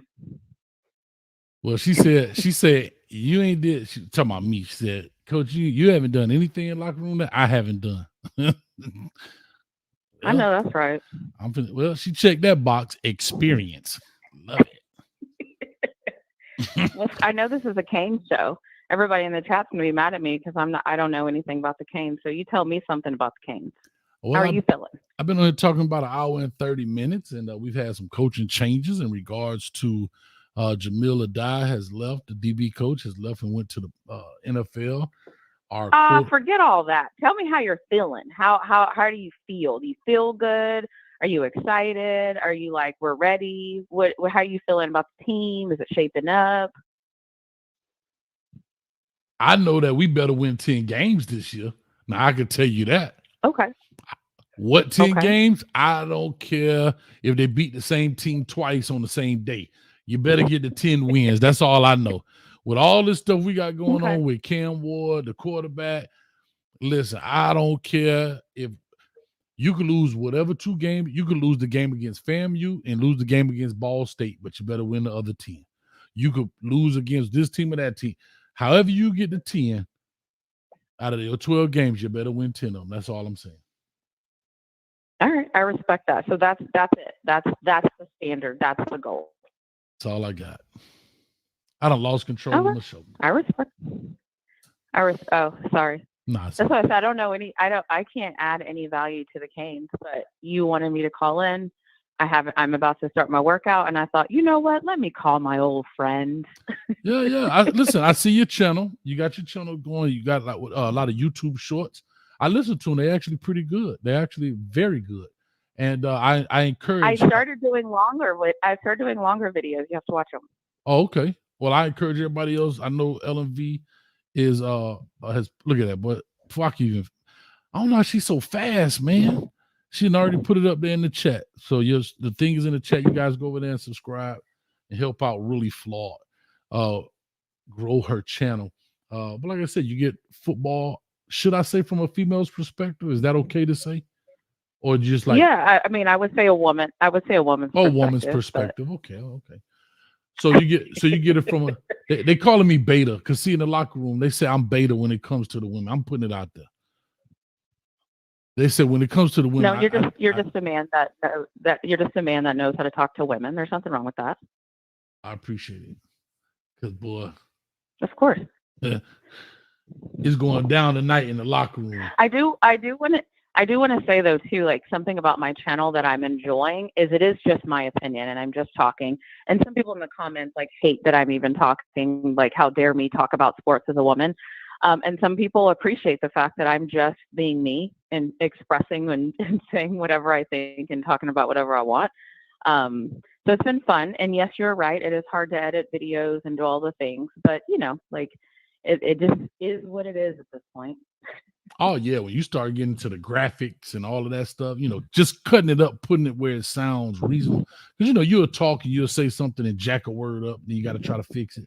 It's terrible. But E. Brown says, Coach, you have entered the beta room. Lord, the beta room. Well, if I'm in the beta room and you've entered it, hey, you didn't mess up. I can tell you that. Well, Coach might have a long night. Well, Lexus. Okay. I'm just saying, like, if they want to say something from the peanut gallery, they can't even get in. How you gonna hate from outside of the club? You can't even get in. You know what I'm saying? Like, you know what this blue cup represent? What else is going on? How many people do you have on the line? Am I annoying somebody listening to me talk? Yeah, we got about 3 behind you. So here's what we're gonna do. Nice. Join the Discord. There's a general section in there as well. I just want you to join like everything else. And then, you know, when people become members, they come on in and all that good stuff. But we're trying to build up this community. We just started it. And so there's a general area where you can go in there and voice your opinions and stuff like that. And then, of course, you know, the YouTube members go in there and have a good time. And it's going down tonight. I promise you, we finna get up off here in about 20 minutes. And we finna have a good old time. Oh, Lord. With your whole Discord? Doing it like that? Ooh. Listen. What y'all doing down in Miami? I've been there a few times. You know what they say? Jeez. We making memories. That's what we doing down there. We making memories. We doing, what we doing is what they did back, you know, that documentary that a lot of women didn't want to come out because they now grandmas and they meemaws now. And they ain't want nobody. Yeah, is that the Freaknik? Yep. That's what we're doing in the Discord. So in 2042, when they become meemaws, they're gonna be like, Coach, don't put that. I got all the footage. No, that's funny. That's funny. Nah, we haven't. Well, all right. Well, when are you still doing Colorado shows? Maybe I'll call back in when you do a Colorado on Tuesday. show. I do it just on Tuesdays. Yep. So, Oh, that's why. Yeah. Because my school, the classes I'm teaching, the nights changed. So just put the show on the smart board. But just put the show on the smart board and say this is the lesson. Yeah. Well, there you go. I appreciate you and make them subscribe for everything. Always, I appreciate you always being supportive of me, and I appreciate you being you. So there's not a lot of people in this world that will be themselves all the time. So I respect you for that. Appreciate so yeah. All right. Well, Reggie says, "What class you teach?" Reggie's in the chat. Reggie, hey, old friend. So I teach. I'm a college professor, so I teach general education classes. So usually the capstone class before you graduate, I will teach that class, and then I also teach like informational literacy and all those like kind of classes that you take as you're trying to like work towards completing your degree. So they got to come see me usually before they walk out of school. It is. All right. Well, there it is, y'all. Y'all go join Really Flawed. Is that the name of the channel on YouTube? What's the name of the channel, Really Flawed, because you know what? When you say you're really flawed, like nobody can really talk trash. You've already admitted you're flawed, right? So I think that's a little bit deep for you. That's a little bit deep for a lot of YouTube audiences. I'm just being honest. I don't think they even thought that far, but I get it. Anyway, I'm out of here, man. They dog me. They say I'm beta, man. I gotta get. They're on you. Okay, cool. I'll talk to you later. Bye. I'm alpha. All right, that was Really Flawed in the building. All right, Shot-Town Kane in the building. What's up, Shot-Town? Hey, what's good, Coach? Did I interrupt something? Nah, man. Y'all all on the team. You know how it is on the team. Anyway, what's going on, man? Oh, my fault. No. Yeah, no, I'm good, Coach. You know, I'm just interested to see what this new DB coach is going to do. We got too many skilled secondary players down there to miss out this year, so I just need them to be able to recruit and do their job. All right, so what do you feel about I guess the potential coach coming in? Chevis Jackson is his name. Nothing is in stone, but that's the name that's been circling the rumor mill. Like I said, was played in the NFL for a while, 3rd round pick, played at LSU. When did he come out? Oh, he's 38. Okay. So he was there, NFL draft pick in 2008, excuse me. Had a decent career, 08 to 2011. So, 3 years, 4 years. So cool. Yeah, I played with him on Madden when I was younger. So I've definitely known about him for a couple of years now. We can't hardly hear you. You got to speak up just a little bit. I know you got your Shot-Town voice on, but you hear me now, Coach? Oh, that's 100% better. I bet. No, I played with him on Madden when I was growing up a lot, so I've heard about him for some years now. Okay. Yeah, no, I definitely think if him and Coach Guidry actually get on the same page, I think our secondary is going to be decent. Okay. And I definitely think if the secondary and the defensive scheme actually matches pretty well, because as good as Cam was his sophomore year, he gambled a lot his junior year, and it actually hurt us a lot. Okay. And I think if this coach could come in and have the players trust the system, I think the recruiting would take care of itself, because you got a lot of kids like I forgot who the caller was, but who was naming off a lot of the secondary players like DJ Pickett, Ben Hanks, Amari Wallace, Drake Stubbs, and all them. I think they'll just want to come and play in the system for sure. Okay. All right. Yeah, well, definitely. What about the running back coach, Merritt? What about Merritt? Listen, you got too much skill in that room to mess up that hire. If you mess up that hire, then no, Coach Cristobal deserves a paid deduction or something, because you got too much skill in that room. So let me ask you, do you think, great observation right there, do you think that the talent in the room, like you said, it's kind of hard to kind of mess it up, But do you think because he has so much special teams on his resume, and nobody still can name a special team coach except Shad, do you think that's why he was the guy that was the hire?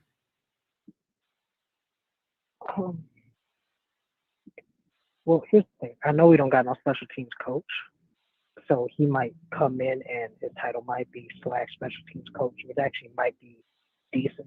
I wouldn't be mad at that. Mm-hmm. But also, as a special teams coach, you have to teach your returners, like, hey, it's less about, messing around back there. You got to see a hole and just explode through it. So I definitely think that would actually help him in teaching the running backs how to not, just play behind the line of scrimmage and just need to get upfield. I definitely think that's a plus. I do think that he's experienced enough, because I've looked at where he's coached at, and I think he's seen a lot of players, a lot of talented players, and I think he actually will be able to persuade a lot of young, like the American Heritage duo running backs, DeAndre and Byron. I definitely think he'll be able to come in there and do his job justice. So I'm not too worried about it. Okay. All right. So there it is. I mean, we're gonna see, man. It's interesting to find out.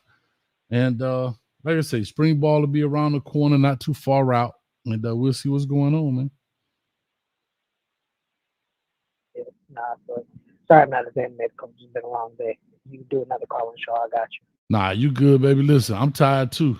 We're going to jump in that Discord. We're gonna see what's going on, man. But yeah. Well, I couldn't tell you what tired these last two callers, coach. I found a way to get back in the game. It's cool though. Well, I mean, my motto. Once they grin, I'm in. Game begins. Yeah. Yep. I definitely hear you, coach. You do another midnight shift, I definitely got you. All right, we good, man. All right, coach. I'm gonna let you get these last callers in because I know you've been on here for a while. Yeah, brother. Appreciate you, man. All right, coach. Thanks, man.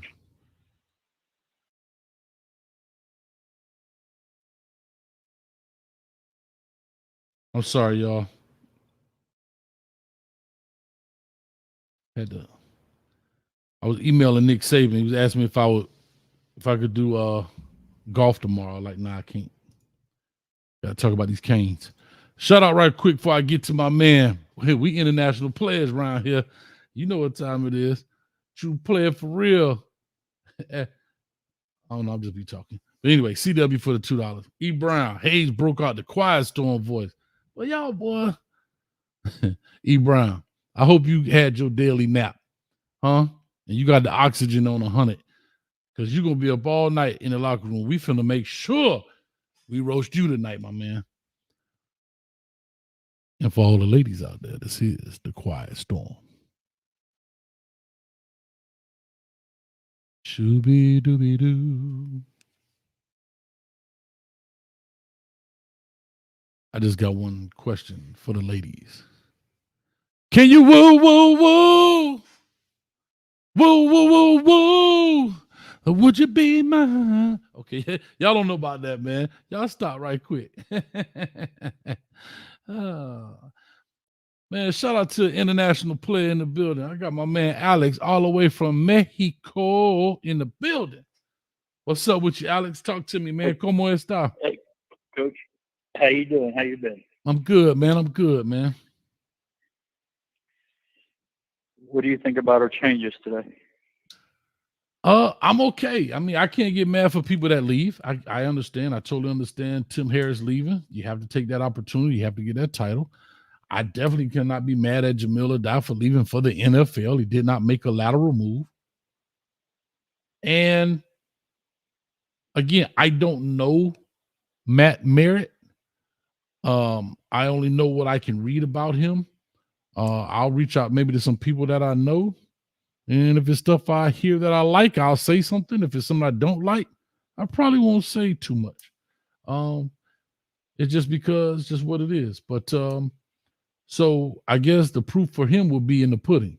We don't know who the DB coach is right now. And we'll just have to find out. So we'll definitely check that out. So even though we have some questions answered, I don't think we have answers, if that makes sense.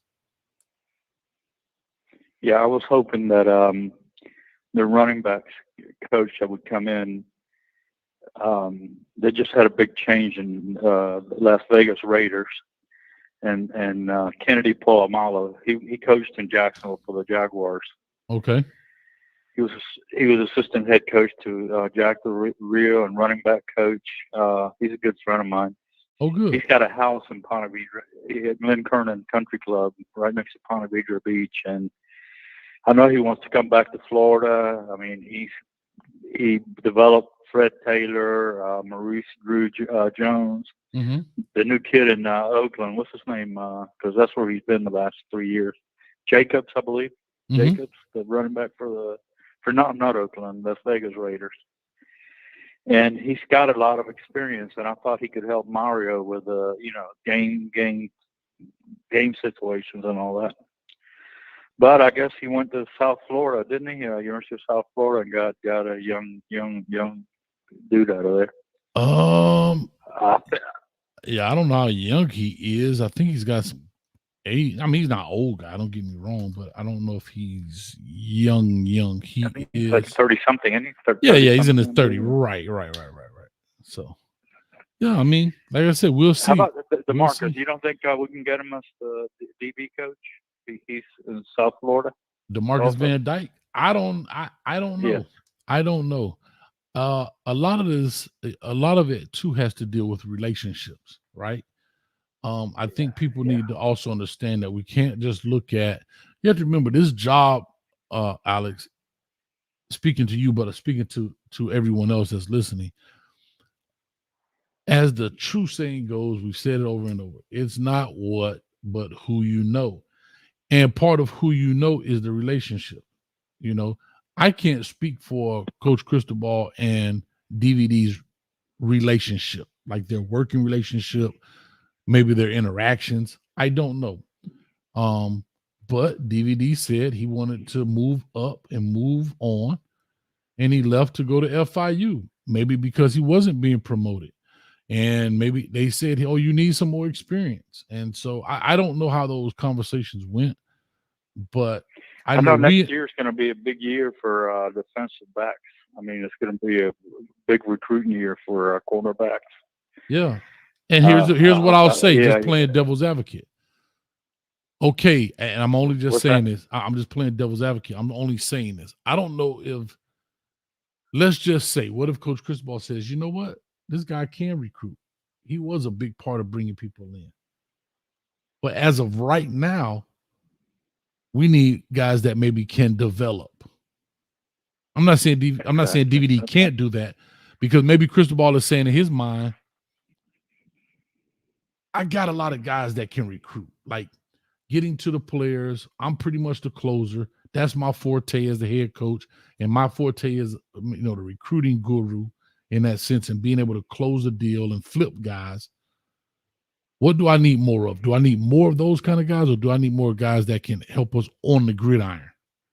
I don't know. These are all just speculative things. I'm just speculating stuff. So, what did you say this new guy from Marshall's name is? Is it Chavez something? Chavez name. Chavez too good in South Florida. He did what? Is it Chavez or Chavez? If it's Chavez, I wouldn't recommend it for South Florida. It's Chavez, CH. I'm just assuming, or Chevis maybe. Oh, okay. CHEVIS.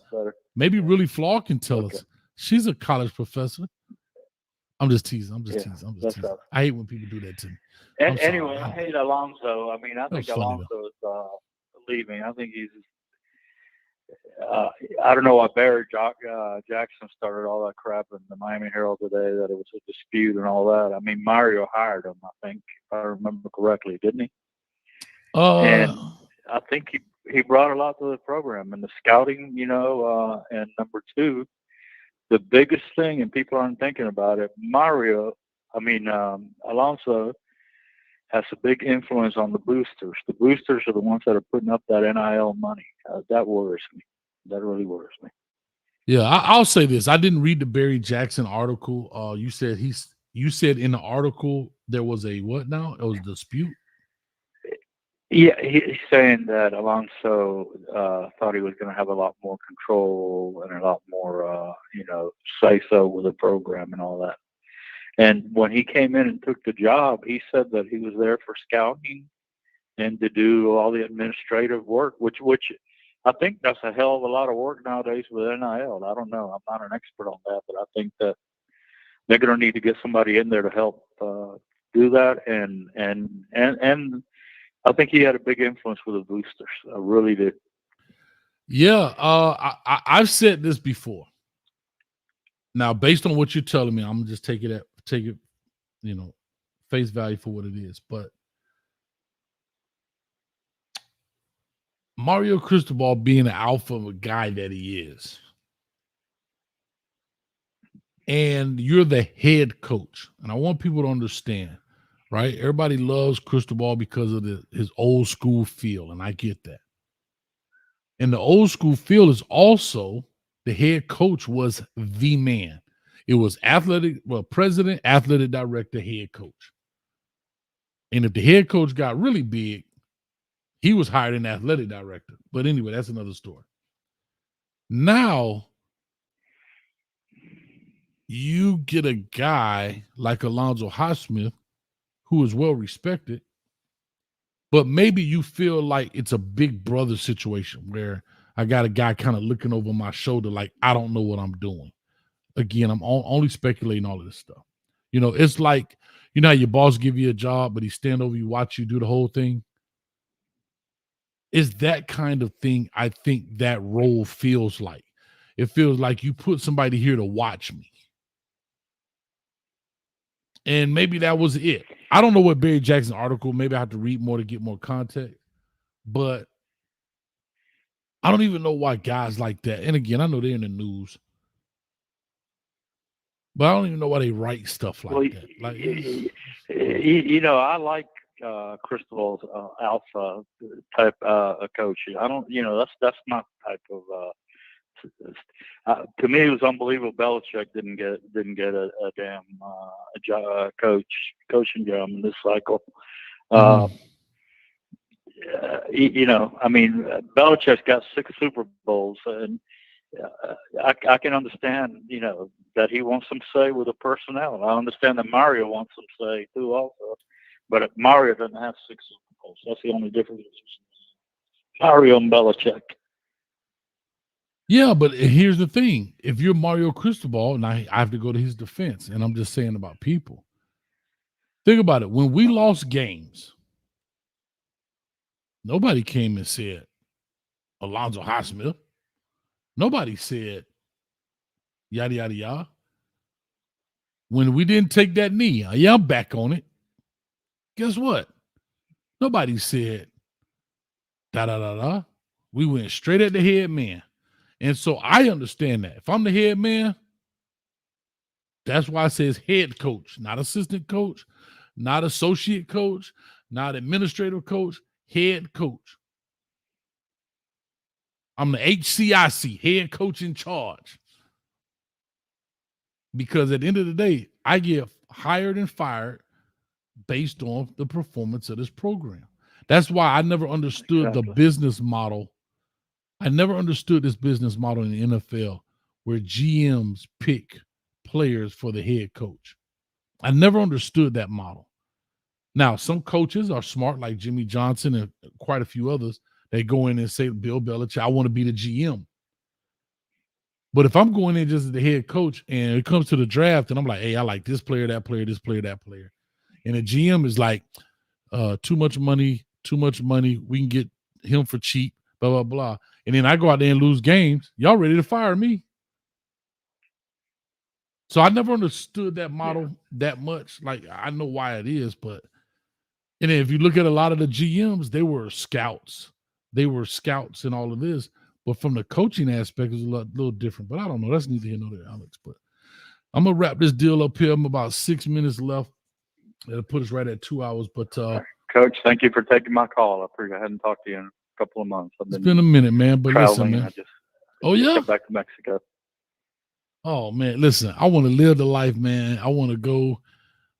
Man, we're gonna have to talk offline, man. I gotta have some. We're gonna talk offline, man. Well, I've emailed you a couple of times. You never answered my don't emails. say that. I've emailed you on your Coach A's football email. I suck, bro. I suck. Okay, hold on. I suck. Hold on. I'm pulling up right now. I owe you that respect. I suck. I suck when it comes. And Shad always be like, "Don't email him." I'll send you an email tomorrow. Send me an email tomorrow. Hey, Coach. Yes. I've got one small disagreement with you. All right, talk to me. Just real quick, and I'll make it clear. I know you want to go. How do you think? On the Cal Williams interview, you said Shannon just let him.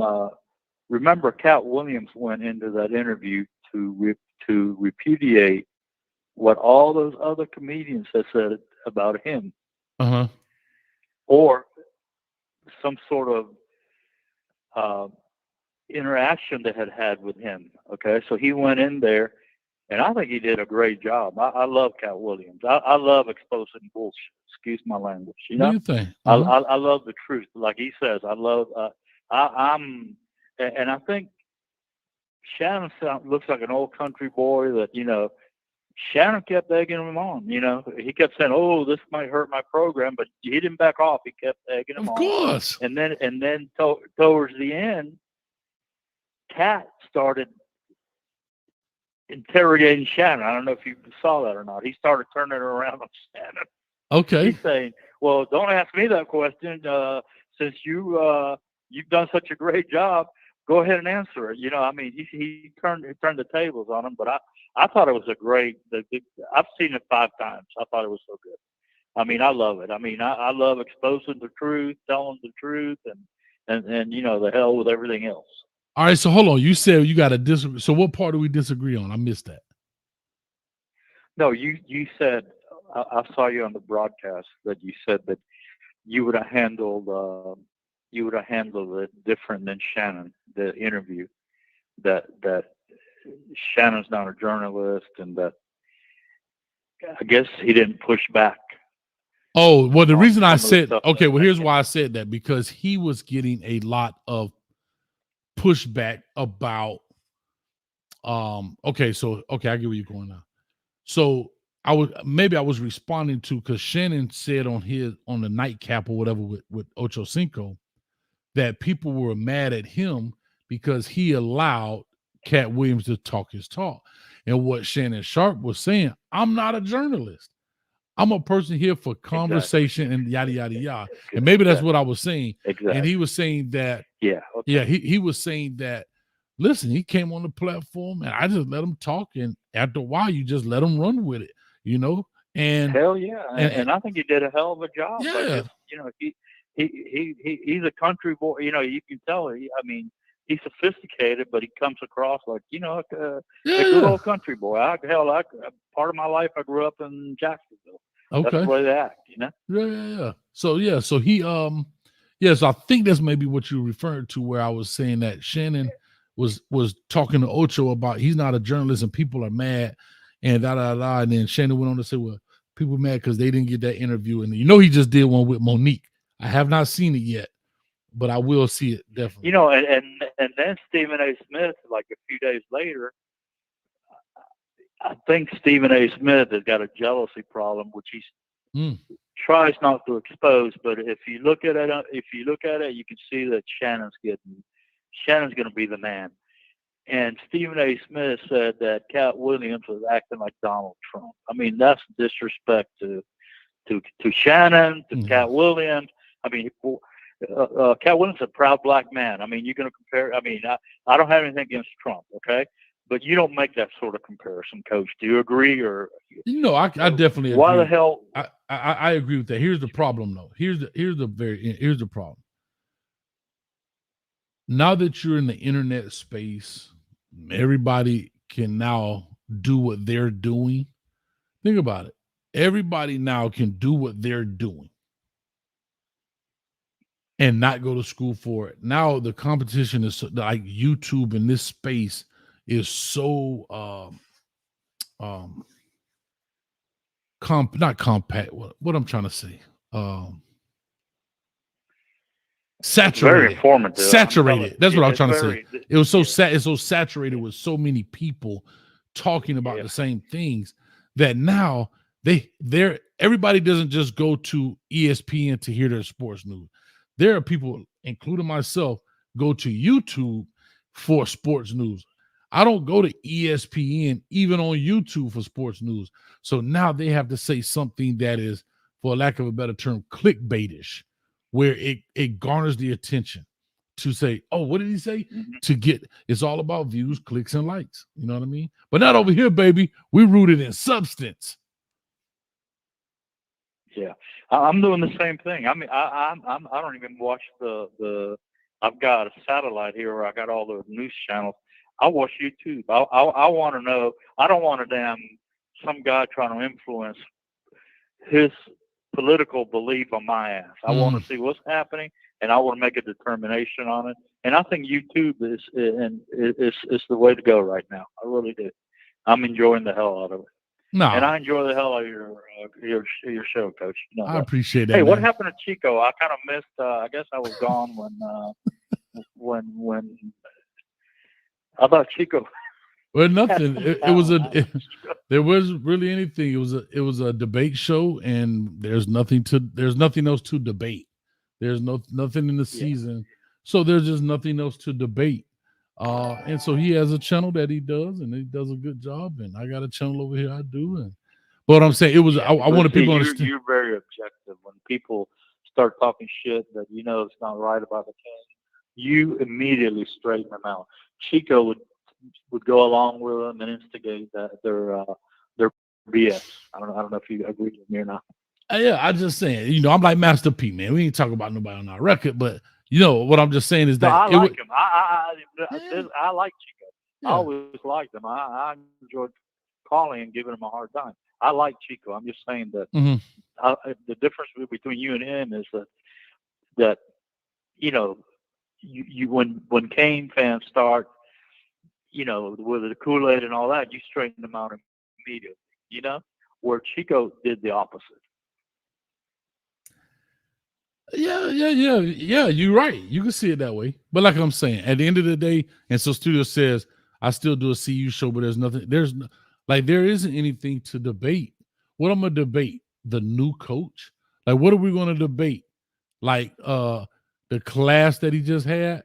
Like, what are we gonna do? There's nothing to debate. Like, to me personally, like I knew when the season was over, it was probably going to be about one or two more shows after that, just to kind of wrap the season up.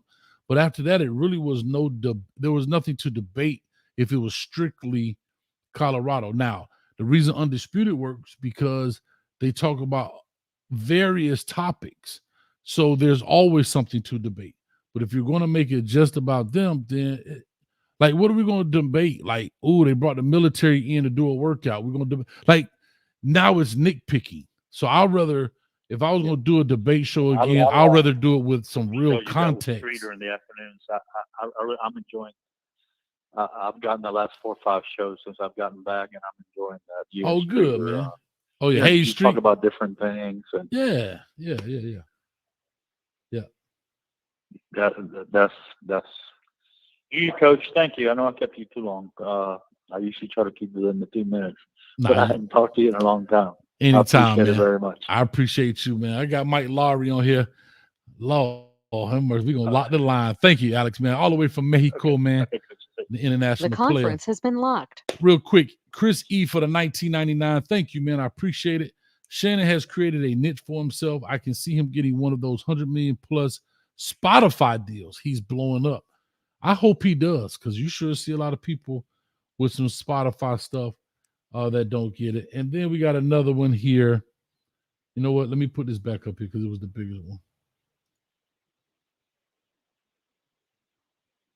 I'll leave that one up there because it was the big one. And then Chris E again says, Coach hates. Now, Chrissy, you made the shirt, the famous shirt. But anyway, Chrissy, you know what I'm going to say about you before I finish reading this? You're the only one that has not duck and run. I appreciate you for that. And I'm being sincere as I can be. You know what, Chrissy? We took it. We had fun with it. And that's what I'm saying. You didn't take it. You didn't run and dip and all that stuff. You come, you still support the show. You on Kane's Talk Live. You be on. I appreciate you, man. Thank you. Because at the end of the day, it was just an all entertainment type deal. It wasn't that big of a deal in that essence, man. So, Chrissy, thank you. I appreciate it. But let me read this. Chris E for the $4.99 says, Coach hates. Stop deflecting. Just say it. You kicked him to the curb. No, I didn't kick him to the curb. It's just certain things I'm just not going to allow that to happen. That's what it was. That's it. I really had nothing else to say about it. That's it.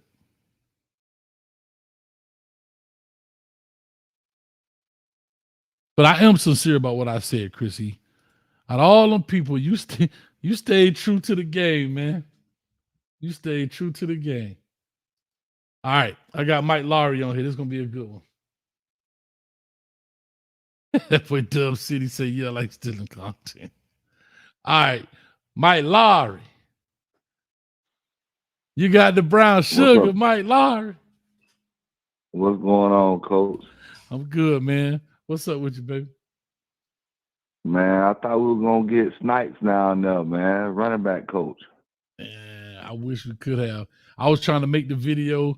Matter of fact, really Flawed say, you made that video, you gonna play. You dang all right, man. It was hard making that video, and I only had the audio piece done.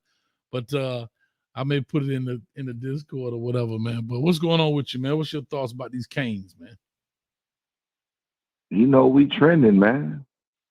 We done flipped some players. We done upgraded our roster. I'm really not too high on Cam Ward because I wanted, JB to do his thing. But other than that, man, we got a lot of things brewing, man. Mario is doing his thing. We're doing what we're supposed to do. We're making splash everywhere we go. And, I just like that conversation you had with Snipes the other night. I wish, they would consider, a 10-time state championship coach to bring in, as a fetal system. You know what I mean? Like, I don't understand why when you want to bring those type of guys into your program, if you was born and raised or you was raised in Miami. Mm-hmm. Like Coach Cristobal got to get out his own way. There's a lot of things that's stopping this program from being top tier like we used to be. And that's one of them, not going and getting those coaches that are in the mud with those players that are going through the 7-on-7s and going through the heart of their schedule and winning championships. Like, why would you want to bring these coaches up and give them an opportunity? Listen, I agree with you 1,000%. A lot of it is preference. A lot of it is optics. A lot of it is, I will hire the dude in a heartbeat. But coach, how many coaches have we done had left in the last 5 years? We don't even have no consistency there right now.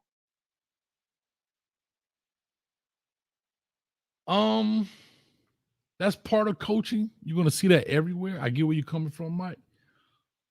But I'm just saying, here's what I'm saying. I look at coaches, and here's what I think that we have to make sure we understand. And somebody brought this up. I didn't see it. But I can't remember the coach's name. But whoever the coach is at Texas Tech, they say he was the high school coach at Cedar Hill. Let me go look his name up. See, one thing we don't do in the state of Florida, is we don't protect or we don't work with our coaches. You understand what I'm saying? Yeah, I understand. And we don't promote along. And to me, that's what's crazy. You can go to any other place in the state. Like I said, Gus Malzahn, Arkansas. What does he do? I think it was Houston Nutt Brought him in as the OC. Now, maybe because it was some players, I don't know. But look what that has done. That has actually changed his life. But then you look at these Miami schools, and here's the funny thing, and I want people to understand this, especially the fan base. People want the high school coaches to feed the University of Miami. But what is the University of Miami feeding the high school coaches? Always remember, I'm just leave that at that. I'm not going, it's rhetorical. But remember what I just said. We want these schools in South Florida to feed the crib, the UM. But what is UM feeding us? Those are the things that I'm saying, right? And I'm not saying they haven't hired guys through the past like Corey Bell, right? When Randy Shem was there, hired Corey Bell and Ice Harris and those guys. That's not what I'm saying. But we have a lot of schools here in the state of Florida. A lot of schools here in the state of Florida. And guys just don't get the opportunity. And that's, in my opinion, that's what's interesting, bro. That's what's interesting. It's like they blackballing South Florida coaches. Well, because again, there's this thing that they don't coach in South Florida, right? They just have talent. Well, again, I'm not gonna go way down this road, but we can go to economics. You got a lot of good coaches who are not teachers in the building, i.e., AJ Snipes.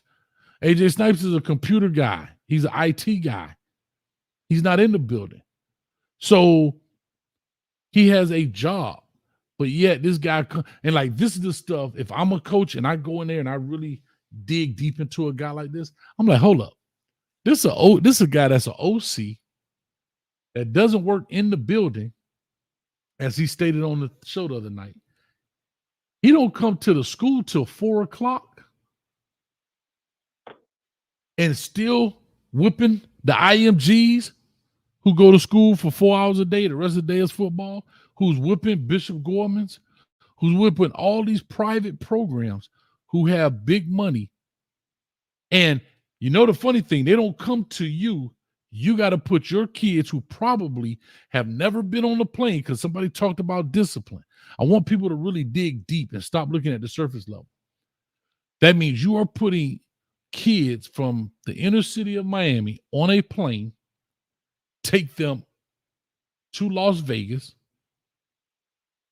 right? And people don't realize the distraction alone of just being on the plane for the first time.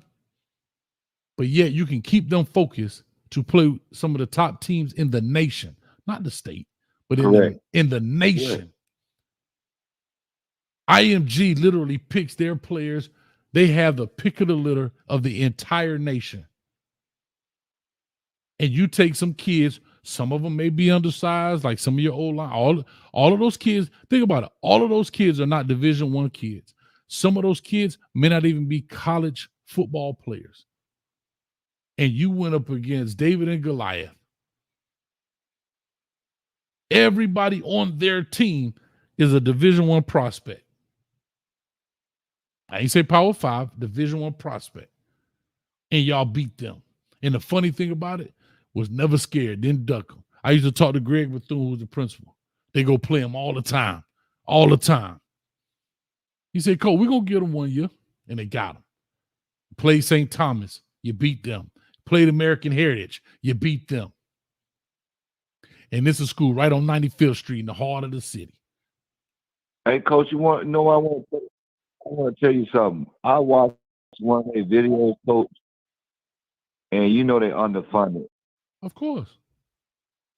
I seen them guys having a guy do what they call that when you press the offensive guy and you get off of the offensive guy. I forgot what that drill is called. The bull rush? They had, say it again? Bull rush? A D lineman? No, it wasn't a bull rush. You know how when you have to press down on the lineman when you getting through the wash and everything, and you press the lineman and you get off of them and you get off the wash and you make the tackle. Like cut drill? Like when they trying to cut you? Cut drill, yeah, like the cut drill. What they call that when that guy pushes down on that cut? What is that? technique called? You could sprawl them, kind of like a wrestling term. Some people use the word sprawl, where you push, kind of bring your legs back and you push down on them. So I seen the coaches on an old video.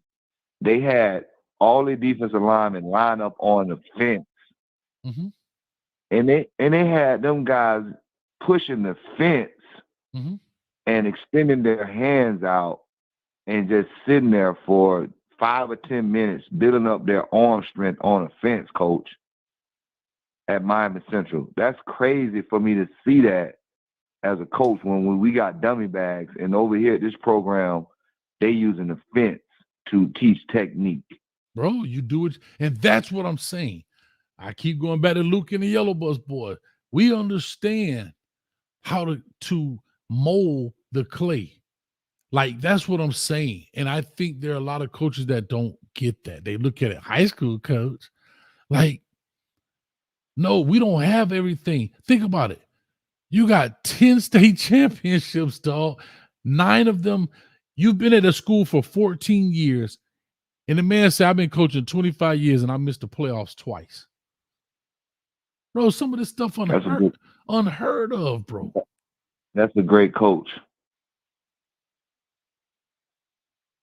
All I'm saying is, here's what I'm going to just say this. I'll say this, and I got to run here because Tim Harris, who has just left Miami, is the OC at Central Florida. Central Florida. Thank you. Now, I don't know what kind of power he will wield at UCF. But I said before, you better make AJ Snipes your friend and not your enemy. Because he can walk in any living room.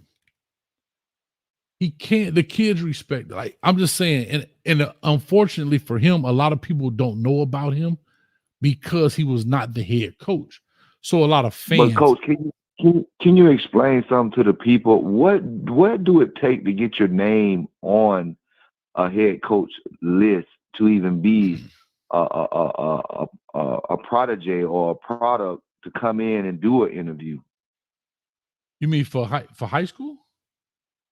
No, for college. Like if I was AJ Snipes with the credibility that he has and the credentials that he has, how do I get my name in front of Cristobal or just say Harbaugh, anybody, any good coach that's out there that needs position coaches? How do they go about it? Do they expect the head coach to reach out to them, or do they? Where's the application process? That's what I'm trying to figure out.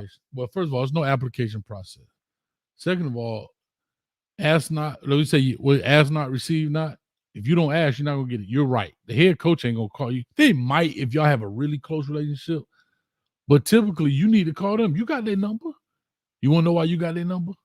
Because they shouldn't have called you 1,000 times about a Reuben Bain. They shouldn't have called you 1,000 times about a Wesley Snipes.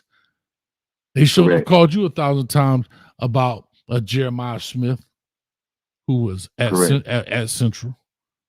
They should have called you 1,000 times about a Navon Donaldson. Miami sure has called you 1,000 times about a Tommy Streeter. They've called you 1,000 times about a Ja'Cory Harris. So what I'm saying is, all you gotta do is contact them and let them know your wishes. Hell, even if you got to drive down there. I'm just saying to you that there's no application process. Right? Now, I hate to say this to you, they actually do put it online, especially the state schools.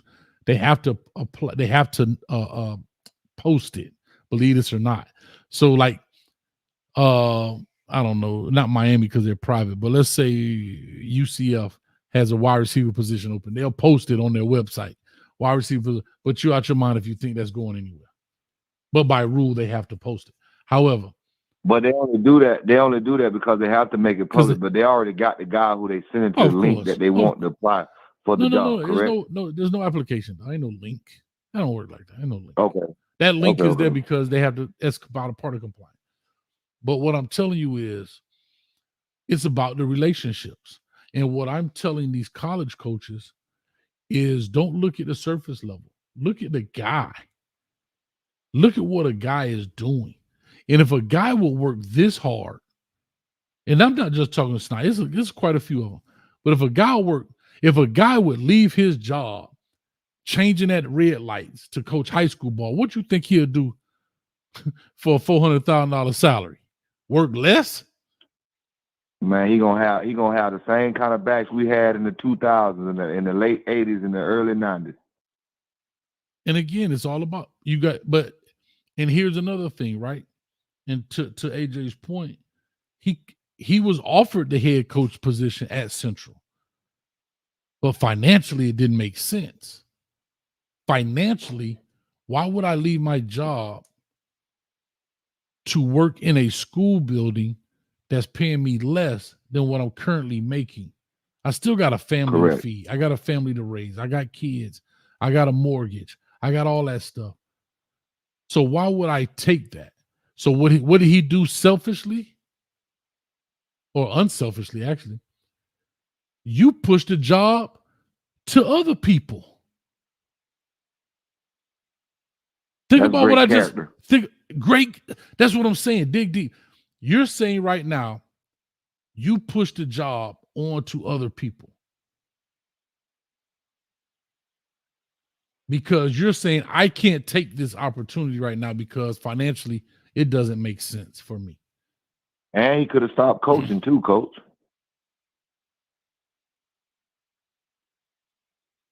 Just saying. But I don't know. That's neither here nor there. But man, real quick, let me read this. Chris E for the $9.99. I will always support you. You always have great content. Thank you, man. I'm always entertained and laughing when you are on. Thanks, Chris E. I appreciate it, man. I appreciate it. Thank you so much. But yeah, hey, man. Coach, I want to tell you something. That's why I call you. You know, we went up there and beat up on the Orlando Outlaws. We down here over here in Fort Myers. Went up there and played them for the Christmas bash, and we beat them 6-0. I was the D coordinator. I ran the 5-man front all game on them, and I wouldn't let that dual threat quarterback get out of there on me on the 14U, baby. All right, so hold on. When was that game? When was that? So we played that game in Zephyr Hills. Most of the Orlando Outlaw team, as well as you know, that's the I know the Pop Outlaws. Warner, not the Pop yeah, Warner, they down the street. Florida Elite. Yeah, they down the street. But my question, when did y'all play that? December, you said? Yeah, we just played it. What late? No, January. My bad, Coach. I'm lying. We just played it, and we practiced for December, but we didn't play the game. We played the game 2 weeks ago. Yeah, you know what? So, I was somewhere and I saw some kids. I saw some young kids in football uniform, and I'm like, you know, they look like they were middle school age kids, and I'm like, why in the heck, bro? They got on football, like they had on pads and like they were out to eat at a pizza spot, and they had, they had. So what happens is they done got so big with the little league level that they have showcases that go on from December to January. And it's like $200 to get your kid involved. They do the 40, they do the broad jump, they do the vertical, they do the one-on-ones, and then they play in a game, in a showcase game. And we were so fortunate enough to get invited. And so we went up there and we did what we did, man. We did a goal line stance with 42 seconds left on the game, and they was on the 5-yard line. Well, that's good. And we made a hit stick fumble and ended the game. But I just want to tell you, Coach, man, I'm still out here coaching, man. I'm in basketball season right now. I haven't called you in a while, you know, because of, you know, little things that I went on with the other little channel, how I lost my cool and stuff. So I just been trying to, you know, be level-headed because I gotta refrain from my old ways sometimes. You know what I mean? I feel you, man. Well, listen, I'm gonna do this for you. I'm gonna clap it up for 2 things. 1, for that goal line stance, and 2, you say you see the error of your ways, you willing to fix it, identify it, and there it is. Y'all clap it up for Mike Lowry. Mike Lowry in the building. Mike Lowry. Mike Lowry got that. You got that brown sugar in that season salt, Mike Lowry. But anyway, man. You know I got that season for you. Sprinkle them, man. Sprinkle them. But listen, man, let me get out of here, man. I got to get up off this deal, but I appreciate it, man. Let me go ahead and close this deal out. I suppose, look at this. I lied to y'all again. I said 2 hours. We had 2 hours and 24 minutes. Dang. Oh, another thing, just like that other commentator said, you know, I gave you a couple nuggets a while back. I like how you expanding your portfolio, and you know, made a nice street, Hayes Street. Oh, the Hayes Street. Old street. I seen street up there at the damn state championship game, and I told him, I say, and he know my cousin real close because my little cousin played with St. Thomas. And I say, Street, man, I remember when we used to come to Fort Myers, man. I say, we can't believe Caneville done blowed up like this, man. Yeah, man. You got a good platform, and I love what you do, man. Keep bringing that heat for us. Yeah. Nah, it's awesome, man. It's awesome. But, Mike, I'm out of here, bro. All right, baby. Appreciate it. All right, man. Mike Lowry, man. Listen up real quick before I get up out of here. I thank y'all so much for everybody coming through, stopping through. Again, if you want to be a member, let me see if I put this. I got to put it up here. If you want to become a part of the Discord, if you are a member, your name is in green, Insane DW. I see you, baby. Go ahead and join the Discord, man. We be in the locker room. If you join, or when you join, all right, make sure that you connect. Go into your settings, connect your YouTube channel to your Discord. That's what lets our Discord know that you're a member, and it opens up the rooms for the members. All right. If you don't do that, you'll just be sitting in the general chat. So if you connect it, it will definitely do that. All right. And if there's any questions, just put it in the general chat. Somebody will get to you real short and try to walk you through it or help you through it. All right. So with that being said, I appreciate y'all. Thank y'all so much. And if you want to become a member, there it is. LMV is in the building. We about to jump in the locker room here in a few minutes. So guess what? Y'all get on in now. Matter of fact, hold on.